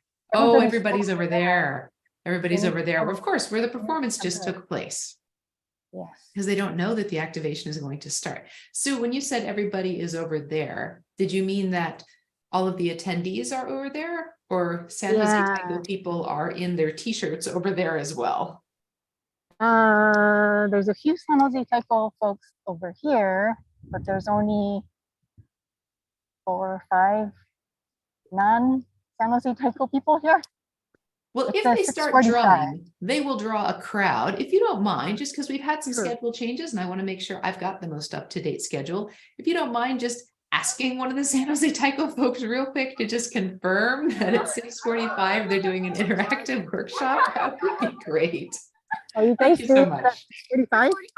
6:45. Yes. Utica says yes. All right, great. Thank you, better hit the Utica. drums or something because everybody's over there. Cool. Yes, the drums draw people. Anybody who's watching the live stream now, here will be your experience and being on this end of the Taiko and how it calls people to you, which is of course one of the historical. Oh, there's a whole bunch of San Jose Taiko people hanging out. You want to say hi to Rome? Here, let me turn you around. They don't have to say hi, everybody. If they can see Everybody me. say Hello, hi. everyone. Hey, everybody. Hi, everybody. Good job. Keep it up. Gambate. Great work. All right. Of course, they can't hear me because I'm in Sue's ear. There we go. Oh, am I on the speaker now? Now everyone can hear me. Great work. Great job. First set was excellent. Very good energy. I really enjoyed it. And I loved the mobile element of the set. That was really fun to see, like full on Chew being mobile. That was very cool. I appreciated that. Oh, was that you, Yuzu? Yeah, that was nice. I really, really liked that element. Yeah, very cool. So we look forward to your workshop in a few minutes. Yeah. Oh, this guy does. Is it gonna be for live? sure. Oh yeah. He's warming up. So Sue, why don't we walk over to the seats and kind of check out, or maybe we'll check out the drum setup that they've got for the workshop that's about to start. Still all kind of. They're back there. Got it. They're not pulled out into the public spot yet. I'm going to put you back in my ear. Yes, put me back in your ear because probably not everybody needs to hear me talking right now. The folks that we have watching. The few that there are. Let's see, how many do we have? Oh, we've got 7 folks watching now. So that's Oh, that's not cool. bad. That's not bad. 7 people who wouldn't necessarily have gotten to see Japantown Immersive if we hadn't done the live stream. So yeah, happy to have done that. What I was saying before we chatted and said hi to all of the SJT performers who are about to do the workshop, as soon as they start playing, you will see people flock to that end of 5th Street because Taiko calls people. And that is one of the stories that is told about the origins of Taiko. And there are so many stories around the origin of Taiko that to me, they've all been presented as fact. Now, I'm not an academic researcher. I can't prove to you that this is fact, but this story was told to me as fact, so I accept it as fact. And the story that was told to me is that one of the uses of Taiko traditionally back in Japan was to send messages throughout a village. And so they would pound the taiko to let people know that a storm was coming, or they would play taiko to let people know, I don't know, that somebody important was coming to town or that a big festival was happening. And these messages were really important to the flow of daily life. And so because of that, because these messages were so important, the taiko held a very revered and respected and sacred position within the village, within the community where it was being played. And I would say that San Jose Taiko has a very revered and honored position. I wouldn't say sacred necessarily, it's pretty secular, but it's a very revered and honored position within Japantown because of the great work that the organization does to support and strengthen the fabric of the community. And we can see now that the performers are starting to get their drums into place. Yes, so I will I'm introduce gonna our performers backing. we'll be interacting with during today's performance. We have Mitchell, Stuart, Katie, Clayton, Lori, and Christine. And together, excuse me, together with all of you. Your sound is a little bad. All right. So Closer, interactive farther taiko, from the basically, this speaker? is a station where we're going to be making some taiko music together. Some of the songs are kind of based on things. That's better. Thank you. Kind of like dressed up with help from the audience. And some of the things that we'll be playing will start kind of like as an activity, and like we have no idea how it's going to end up. So that will really be up to you guys too. And we're kind of just going to see what happens.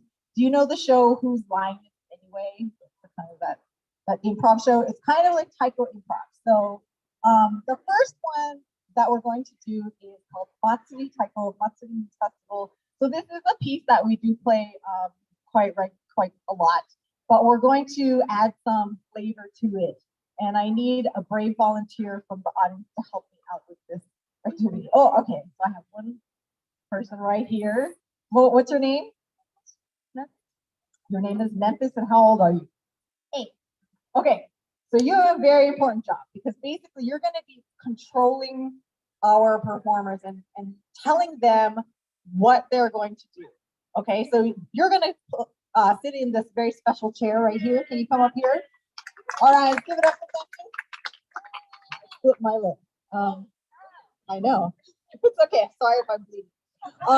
So I'm going to ask 4 of our San Jose Taiko performers to come up and be soloists. And this part, it's improv, so what they're gonna play has not been prepared. They did not rehearse this. The beginning of the song is rehearsed, but then what's gonna happen is Vicky is going to tell Memphis when to hold up a card. Maybe we can just see what the cards are, just to give a little preview. So we have pose, we have ki, which means to vocalize or like shout. We have busy feet, so that means their feet can't stop moving. We have jump, jump, jump, jump. And then we have spin. And then I don't think we need that one. Because we don't need that one. Because it's one drum. I'll take that one from me. Okay. We'll use that for something later. Okay. So without further ado, this is Matsuri Taiko.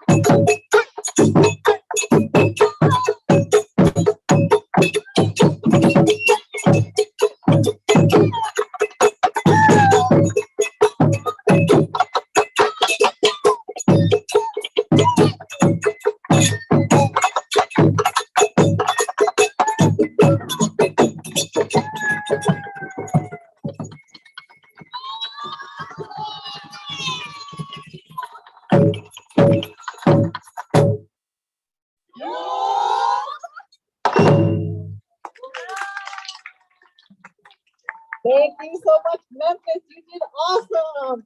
Let's give it up for Memphis. There was a little applause for you for helping us out today. All right. Oh, we have a question about the little pump. Yeah, we're gonna get one. Oh, okay. Yeah, you talk about that one later. If you're just joining us, we're doing interactive taiko here. So this is a place where we are making new music that hasn't been rehearsed. And I'm going to pass the mic over to Vicky, who's going to explain the next activity. All right, so for the next activity, I need 4 brave volunteers and 4 performing members who are going to come join us up here on stage.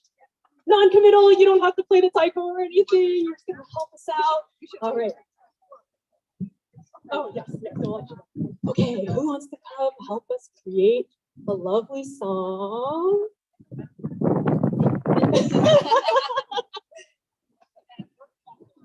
You don't want to go? You want to? I'll just see who's avoiding the contact at this point, honestly. All right. What's your name? Hi. Daisuke and Nobu, thank you for joining us. Come up on stage. Memphis, let's go. Let's do it. 2 more, please. All right, and in the meantime, what we're gonna do is our 4 performing members. We got Braden, Katie, Stewart, and Mitchell. They're gonna go grab an instrument, any instrument, from over here. And then what our brave volunteers are gonna do, again, need 2 more. You're just gonna help pose our players and let them know where they're gonna start this beautiful new piece that we're gonna write together. Yes, of course. What's your name? Okay, our dad's gonna come up. Let's do it. Okay. So, Craig, let's have you go with Braden. Memphis, you're gonna go with Mitchell. Team Nobu, we're gonna go with Stewart. Dada, we're gonna go with Katie. Now what y'all are gonna do is you're going to put your San Jose Taiko member into a dramatic pose of some sort. You are a puppeteer. You can have them do whatever you want them to do. And basically, they're going to play a song, an improv song together, starting with that pose, and then they're going to organically come back into that pose to end the song together. Okay? Now I need 1 more volunteer to help us name this beautiful song. Anyone have a name? Anyone? Yes, sir, a name. Yukaze. Yukaze. What does that mean? Evening wind. Evening wind. Very dramatic. Yes, yes, yes, yes. Love it. Okay, it's looking very exciting so far. All right, I'll say 3, 2, 1. Okay, great poses. Our brave volunteers, you can go ahead and return to your seats. And we are going to have our 4 players again start in this pose and then play a song together, which they're improvising, and end back in this pose. So with that, let's go with that. Let's go.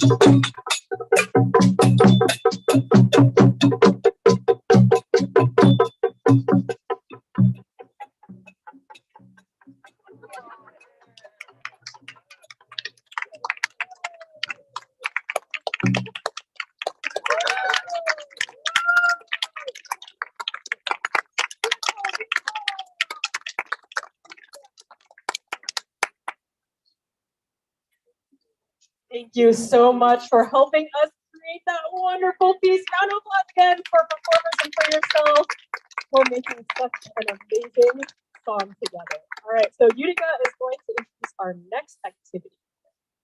Okay, so for this next activity, I'm actually going to need some volunteers to play on the taiko this time. So, oh, he left. I thought he was waiting for fun. Okay, so I'll need, let's see, 3 people for playing on the taiko, and then maybe Vicky can, she's going to come around with some bachi or drumsticks. And then please don't play the taiko until I tell you to.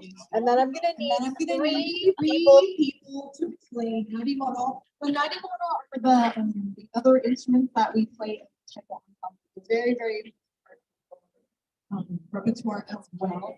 So we have yes, we have some over here. Okay, and then yeah, and I need 3 more people for playing a narimono instrument. And let's maybe we can just pull out the box as well with the toys. We can use that box of toys. There might be some fun things in there. So okay. So we still need the 3 more people for the narimono. 3 more people. Oh, okay. I'll do this. Since you've been here, it's not a drum, so it's going to be a toy. Don't worry, it's going to be fun. And you, what's your name? And I'll take you. What's your name? John. John. We have Cora. Cora, you're going to be over here with team of Brayden. You're on the side. Okay, and then we have remind me. Memphis. Okay, on this side and on this side, Andreas and Jess and Chris. Okay, so Mitchell's gonna get them all set up. We're gonna sort out the instruments over here. And what we're basically gonna do, so I'm gonna need you to be over here on the side of this team, because we're gonna stay as a group. You're a group over here, and you're a group over here. and you're all a group over here. What we're gonna do is we're gonna build a G. And G, spelled J-I in Japanese, is a very important part of Taiko. It's the bass beat. And the bass beat is what the thing that we build all of our Taiko on top of. So we're gonna create a G together. And then who's left? We have some other Lauren, me, and Katie all left. We're gonna be on top of this G that we create. So the way we're gonna create this G is basically we're gonna choose some numbers from 1 to 8. So Taiko players, we're gonna play. I'm gonna need each of you to choose a number between 1 and 8. 6. If you circle the number 6, okay. 4. 7. Okay, so you are 4, 6, and 7. Remember that 4, 6, and 7. 4. So you're all gonna play 6. So the way we're gonna do this is we're gonna count to 8. Everyone together. So for example, 1, 2, 3, 4, 5, 6, 7, 8. 1, 2, 3, 4, 5, 6, 7, 8. Okay, let's practice that. I know you can do it. You can find it. Yeah, and if you're lost, just watching the show. It's so easy. Okay, let's practice that thing. The magic word is sore. This is ready to go, and then I'll start counting. Here we go. Sore. 1, 2, 3, 4, 5, 6, 7, 8. 1, 2, 3, 4, 5, 6, 7, 8. 1, 2, 3, 4, 5, 6, 7, 8. 1, 2, 3, 4, 5, 6, 7, 8. All right. Let's get up for our Taiko. Okay, we're gonna hold that for now. Don't worry, we're gonna come back. We're just gonna get everybody else started. So on this side, the Narimono team, we're gonna need 3 numbers. So which number would you like between 1 and 8? 2, 4, between 1 and 8. Any number like 8. All right. Oh, I like this. Okay, so over here we have 1, 2, 3, 4, 5, 6, 7, 8. 1, 2, 3, 4, 5, 6, 7, 8. 1, 2, 3, 4, 5, 6, 7, 8. 1, 2, 3, 4, 5, 6, 7, 8. Excellent. Wow, you guys picked some interesting. Okay, that's fine. Because, this is the place. Audience, if you can actually help us out by counting to 8 also, and then clapping on the 1. So everyone's gonna clap on the 1, and we're gonna count out loud together to help everybody stay together on the G. Can we practice that, audience? Okay, again, magic word is sore. Sore. 1, 2, 3, 4, 5, 6, 7, 8.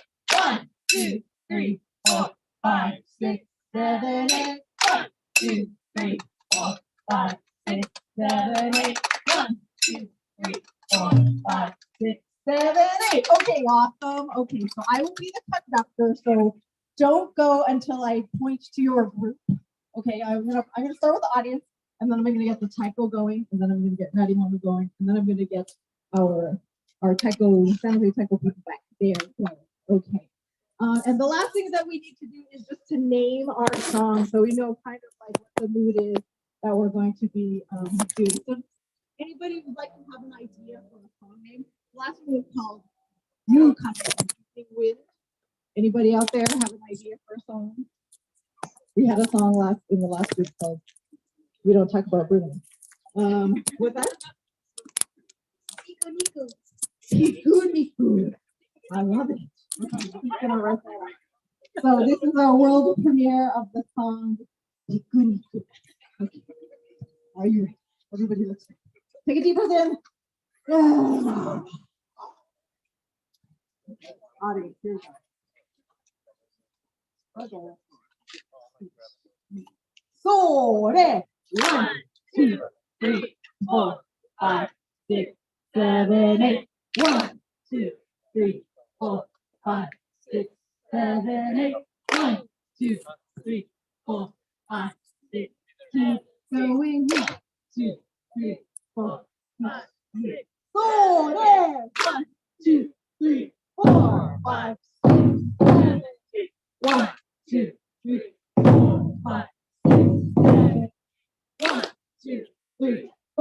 5, 6, 7, 8. Are you ready? 3, 4, 2, 3, 4, 5, 6, 7, 8.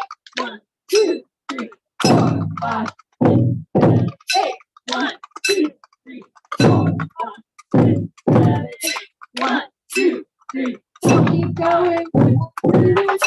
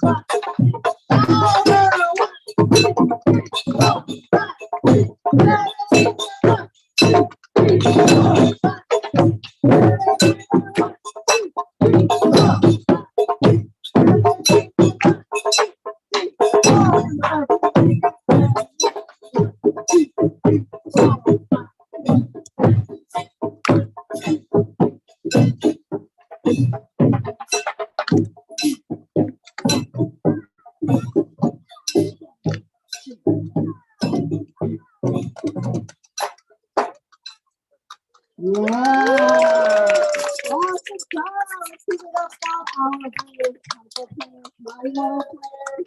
And thank you so much for playing the song Kuniku with us. Okay, I think we have time for one more activity. We're just gonna tidy up over here a little bit. The last one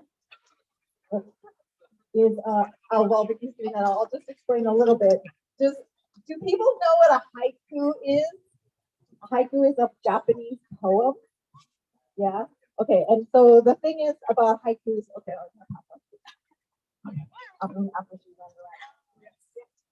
All right. So a haiku is a type of poem that is structured very specifically. It's 5 syllables for the first line, 7 syllables for the second, and 5 again for the third. Now what we're going to do is really create an artistic expression together with a combination of poetry and taiko. We have some folks setting up some taiko here. And I have 3 brave, creative, artistic volunteers to come up and help us put together a haiku. 3 wonderful, great people. I know Memphis is ready to go in case any of y'all need a backup. Basically, what we'll be having you do, each of you will be writing a line of haiku, super, whatever you're feeling today. We want to celebrate Japantown. Yay, what's your name? Kiana. Thank you so much for joining us. Kiana.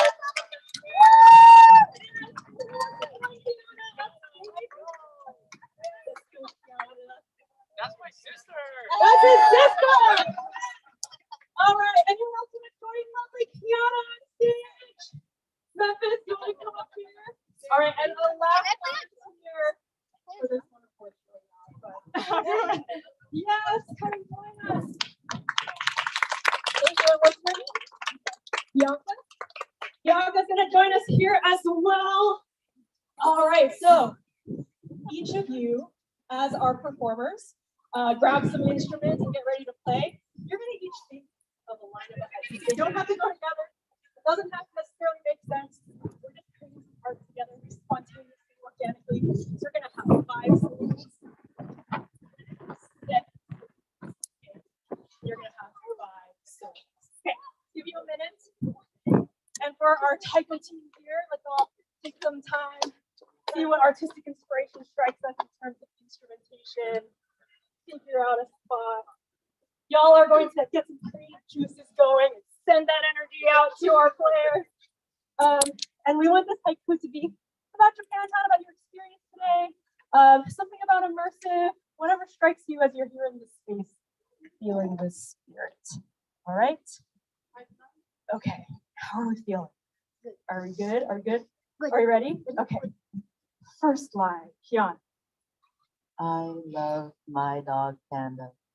I love my dog Panda. I love. I Sorry. love. Panda dog. I love Panda dog. Yes, yes. Beautiful. Okay. Now this, are you ready with line 2? Niku niku hoo hoo. One more. Ah, Niku niku. Yes, beautiful. Yes, perfect. Okay, you have the last line. Wind blows me away. Yes, wind blows me away. Lovely. And does anyone else in the audience have an idea for a title for this lovely haiku? Title? What was that? Piku Niku 2. Love it. Okay, thank you so much to our volunteers. Our San Jose Taiko members are going to close out today's session by interpreting your lovely poem. And they're going to now play for you Piku Niku 2.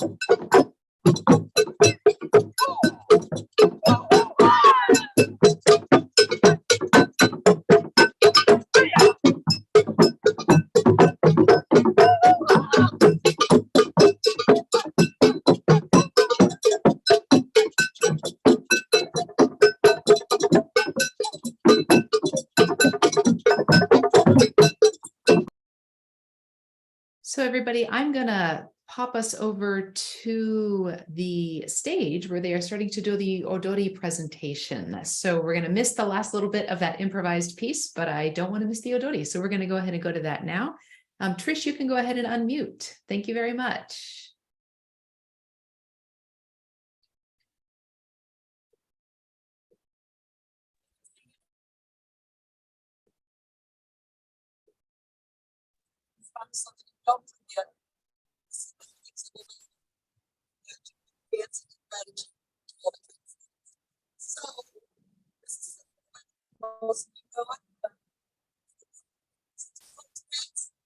Never too cold to dance. Okay.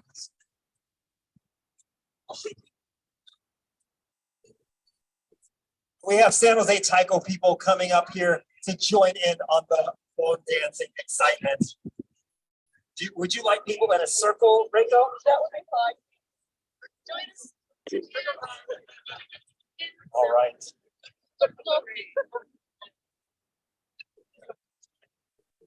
So, panels, circle and full big circle.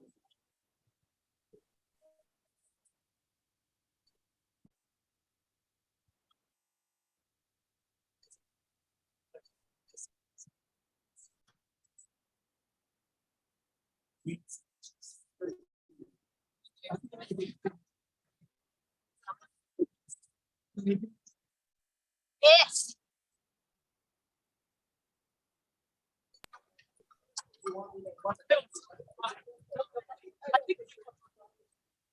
Okay, there we go. Trish, ladies and gentlemen, getting her. We want to thank Taiko Ventures for live streaming this event on our San Jose Taiko YouTube stream. How are you doing, Trish? Good? Good, thumbs up. All right, here we go. See some people coming. Oh, we want to give them some time? Oh, that's all right. All right, we're starting. Yeah. All right, here we go. This is the fun crowd right here. Yes.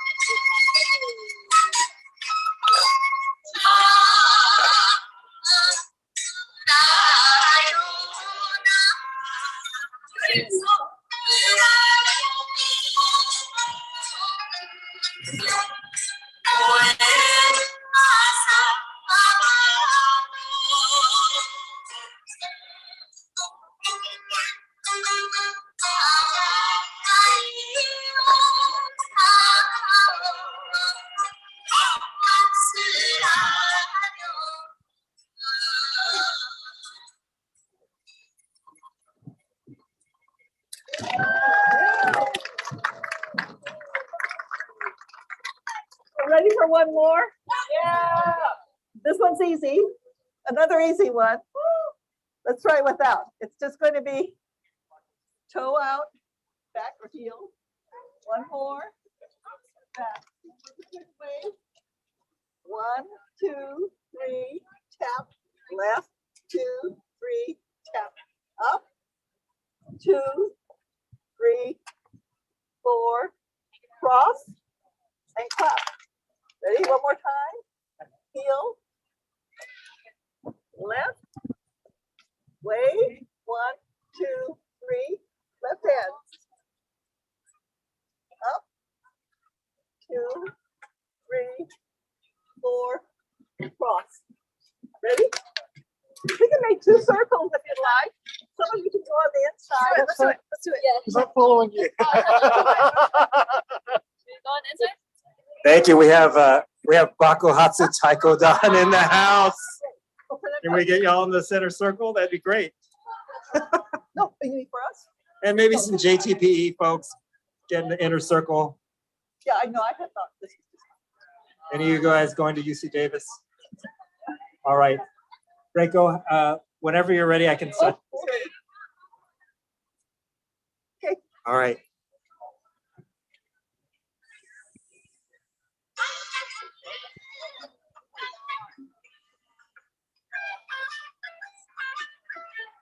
Ready?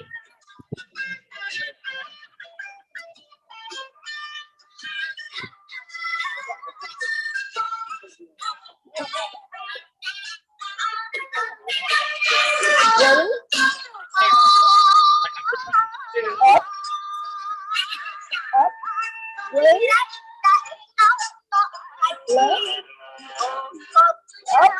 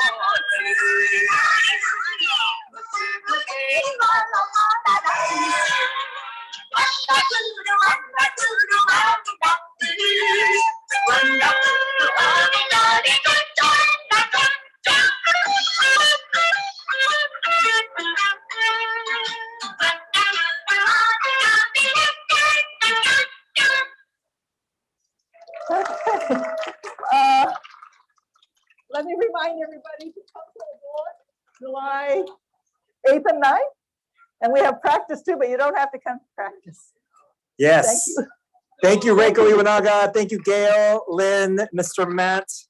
This is a great warm-up for our San Jose Taiko's final set in 20 minutes. Oh, is it? Yeah, so it's perfect timing. Thank you, Reiko. Thank you. All right, that was excellent. You got your own little taste of Obon there, your own little mini Obon. Hopefully you got up and danced in your living room as well. We are also going to take a short break. We'll be back in just a few minutes, but we're going to take our own little intermission here. Don't worry, we'll be back in time for the San Jose Taiko set. We'll see you all soon. Oh, I have a kitty on me.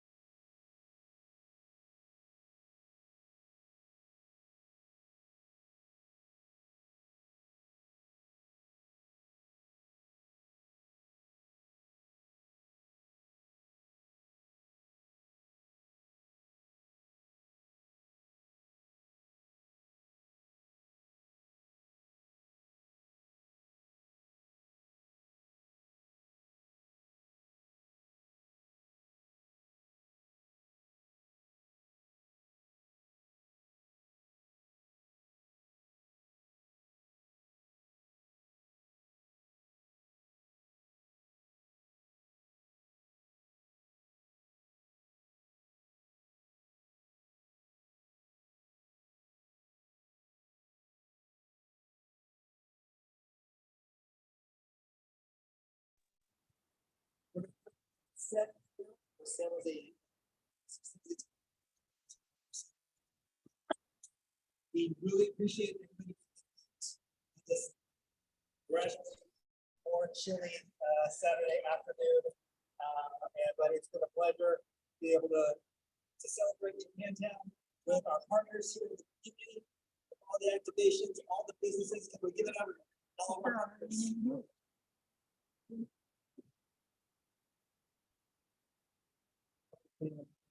Thank you again to Mr. Matt here, and Rachel, Iwanaga, and Gail, because this is a great warm up also for San Jose Obon.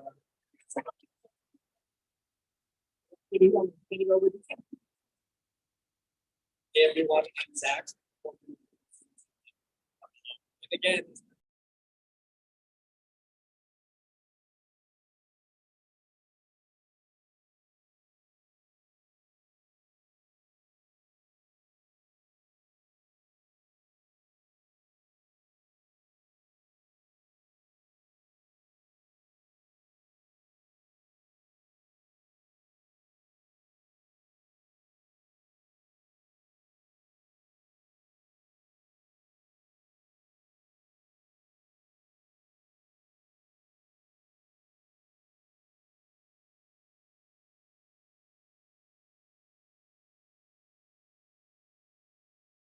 Hi, everyone. We are back. We are actually on the final performance of the evening, believe it or not, but San Jose Taiko is about to perform their second set.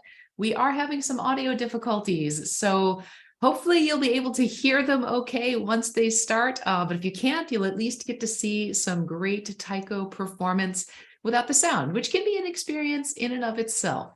So they'll get started any minute now.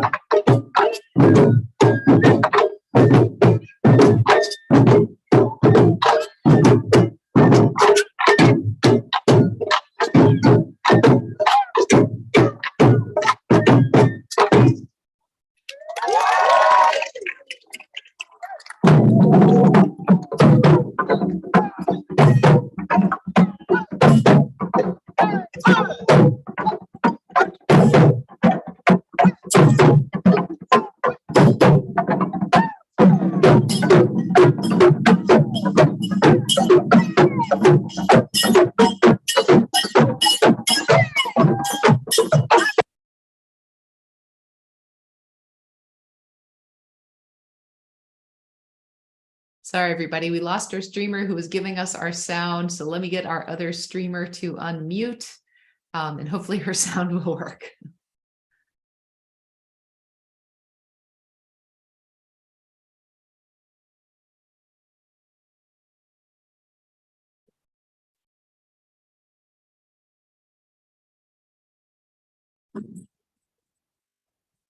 All right, she has unmuted, but unfortunately her sound is not picking up, which is a shame. This is Golden Sky, which is written by Jeff Noon, current artistic staff with San Jose Taiko. He wrote this piece in 2018, and it is my current favorite San Jose Taiko piece. It's very upbeat, it's very high energy, it's a really fun song, and the way they're staging it right now is specific to Japantown Immersive with this sort of taiko in the ground element. The sound streamer is back. So stop talking so you can hear the music.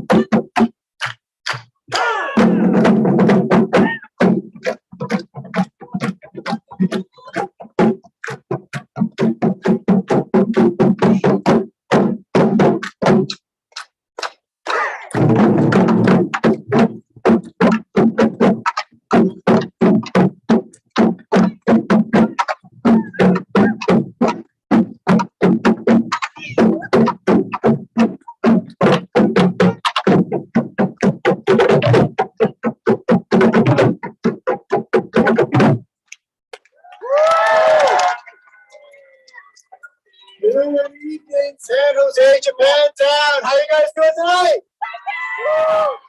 Very nice. Thank you very much. You all Japantown for Japantown. That song we just played this morning. Sky by Jeff. Now we're reflecting on Japantown Immersive, thinking about my youth coming down to Japantown Resort from downtown. I have some very, very fond memories of warmth and just, I guess in Japanese you say natsukashi. So I mean, it just brings back a lot of really warm memories coming down to San Jose Obon or maybe visiting some restaurants. And I was reflecting on that, thinking about, why is that? And it's because it's a community down here. It's a community, it's a neighborhood.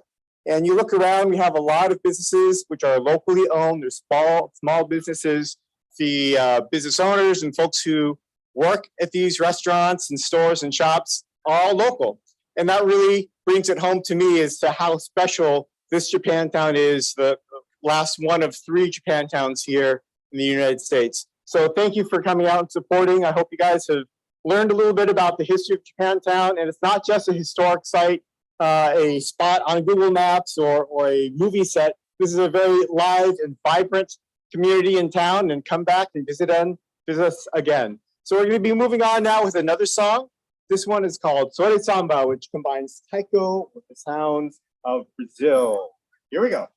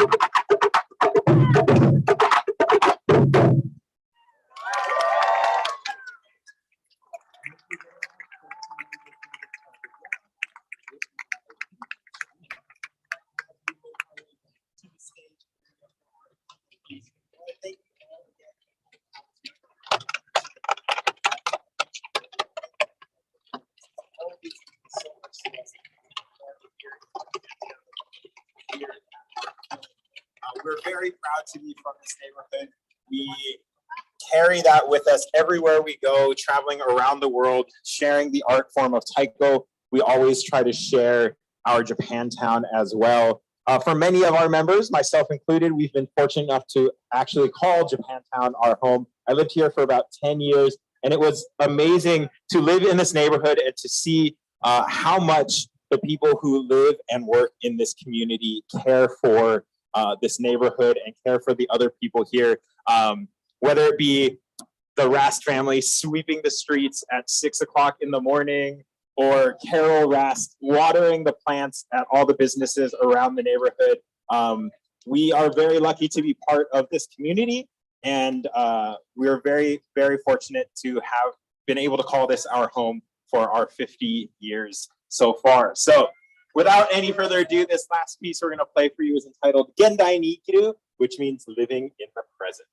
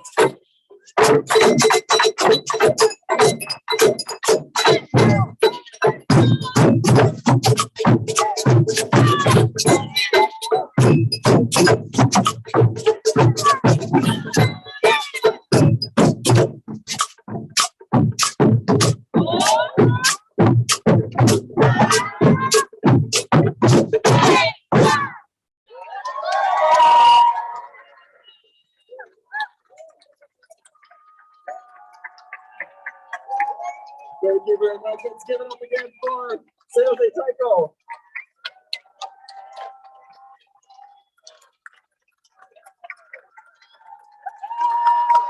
This concludes Japantown Immersive. Thank you all for coming out. Thank you for helping San Jose Taiko celebrate its 50th anniversary celebration, this 50th season. It started with Day of Remembrance. It continued with a trip that San Jose Taiko made to Hart Mountain. And now we've checked off another box of our 50th anniversary season. Thank you for joining us. San Jose Obon, remember that day, July 8th, 9th, we'll be here continuing the celebration and honoring those who have come before us. And then we'll be wrapping up our season with more concerts at the end of the year. Please stay tuned at taiko.org. Last thing, if you see any trash on the street, please help keep Japantown clean. We'll be cleaning up afterwards, but we like to tidy up. All right, and with that, we are going to come back here to the home studio. Thanks everybody for tuning in to join us for the Japantown Immersive live stream. Thank you for bearing with us through the technical glitches. We do have a survey, an audience survey that we're doing. We would be very grateful if you could click on the link that's popped up in the chat, depending on how big your view is, and take that survey and give us some information. This kind of information helps us secure funding for projects like this one and all of the other work that San Jose Taiko does in Japantown and the Taiko community. Thank you all very much for tuning in. A huge shout out to Su Yuen from Taiko Ventures for being one of our on-the-spot camera people, to Trish Kume for also being one of our on-the-spot camera people, for Abena, also from Taiko Ventures, for being here in the Zoom room with me and helping me monitor the chat. And thank you to everybody who watched, who did any of the virtual scavenger hunt, who laughed or groaned at the dad jokes. It was a pleasure. Oh, wait, let me spotlight Sue and Trish because they are there waving. Wait, Sue and Trish, don't go away. Don't go away. Let me add you to the spotlight. There you go. Wave, get your accolades. That's Sue and Trish. Thank you both very much. And thanks everybody for tuning in. And we will see you all at a performance space soon, we hope. All right, everybody have a good night. Bye-bye.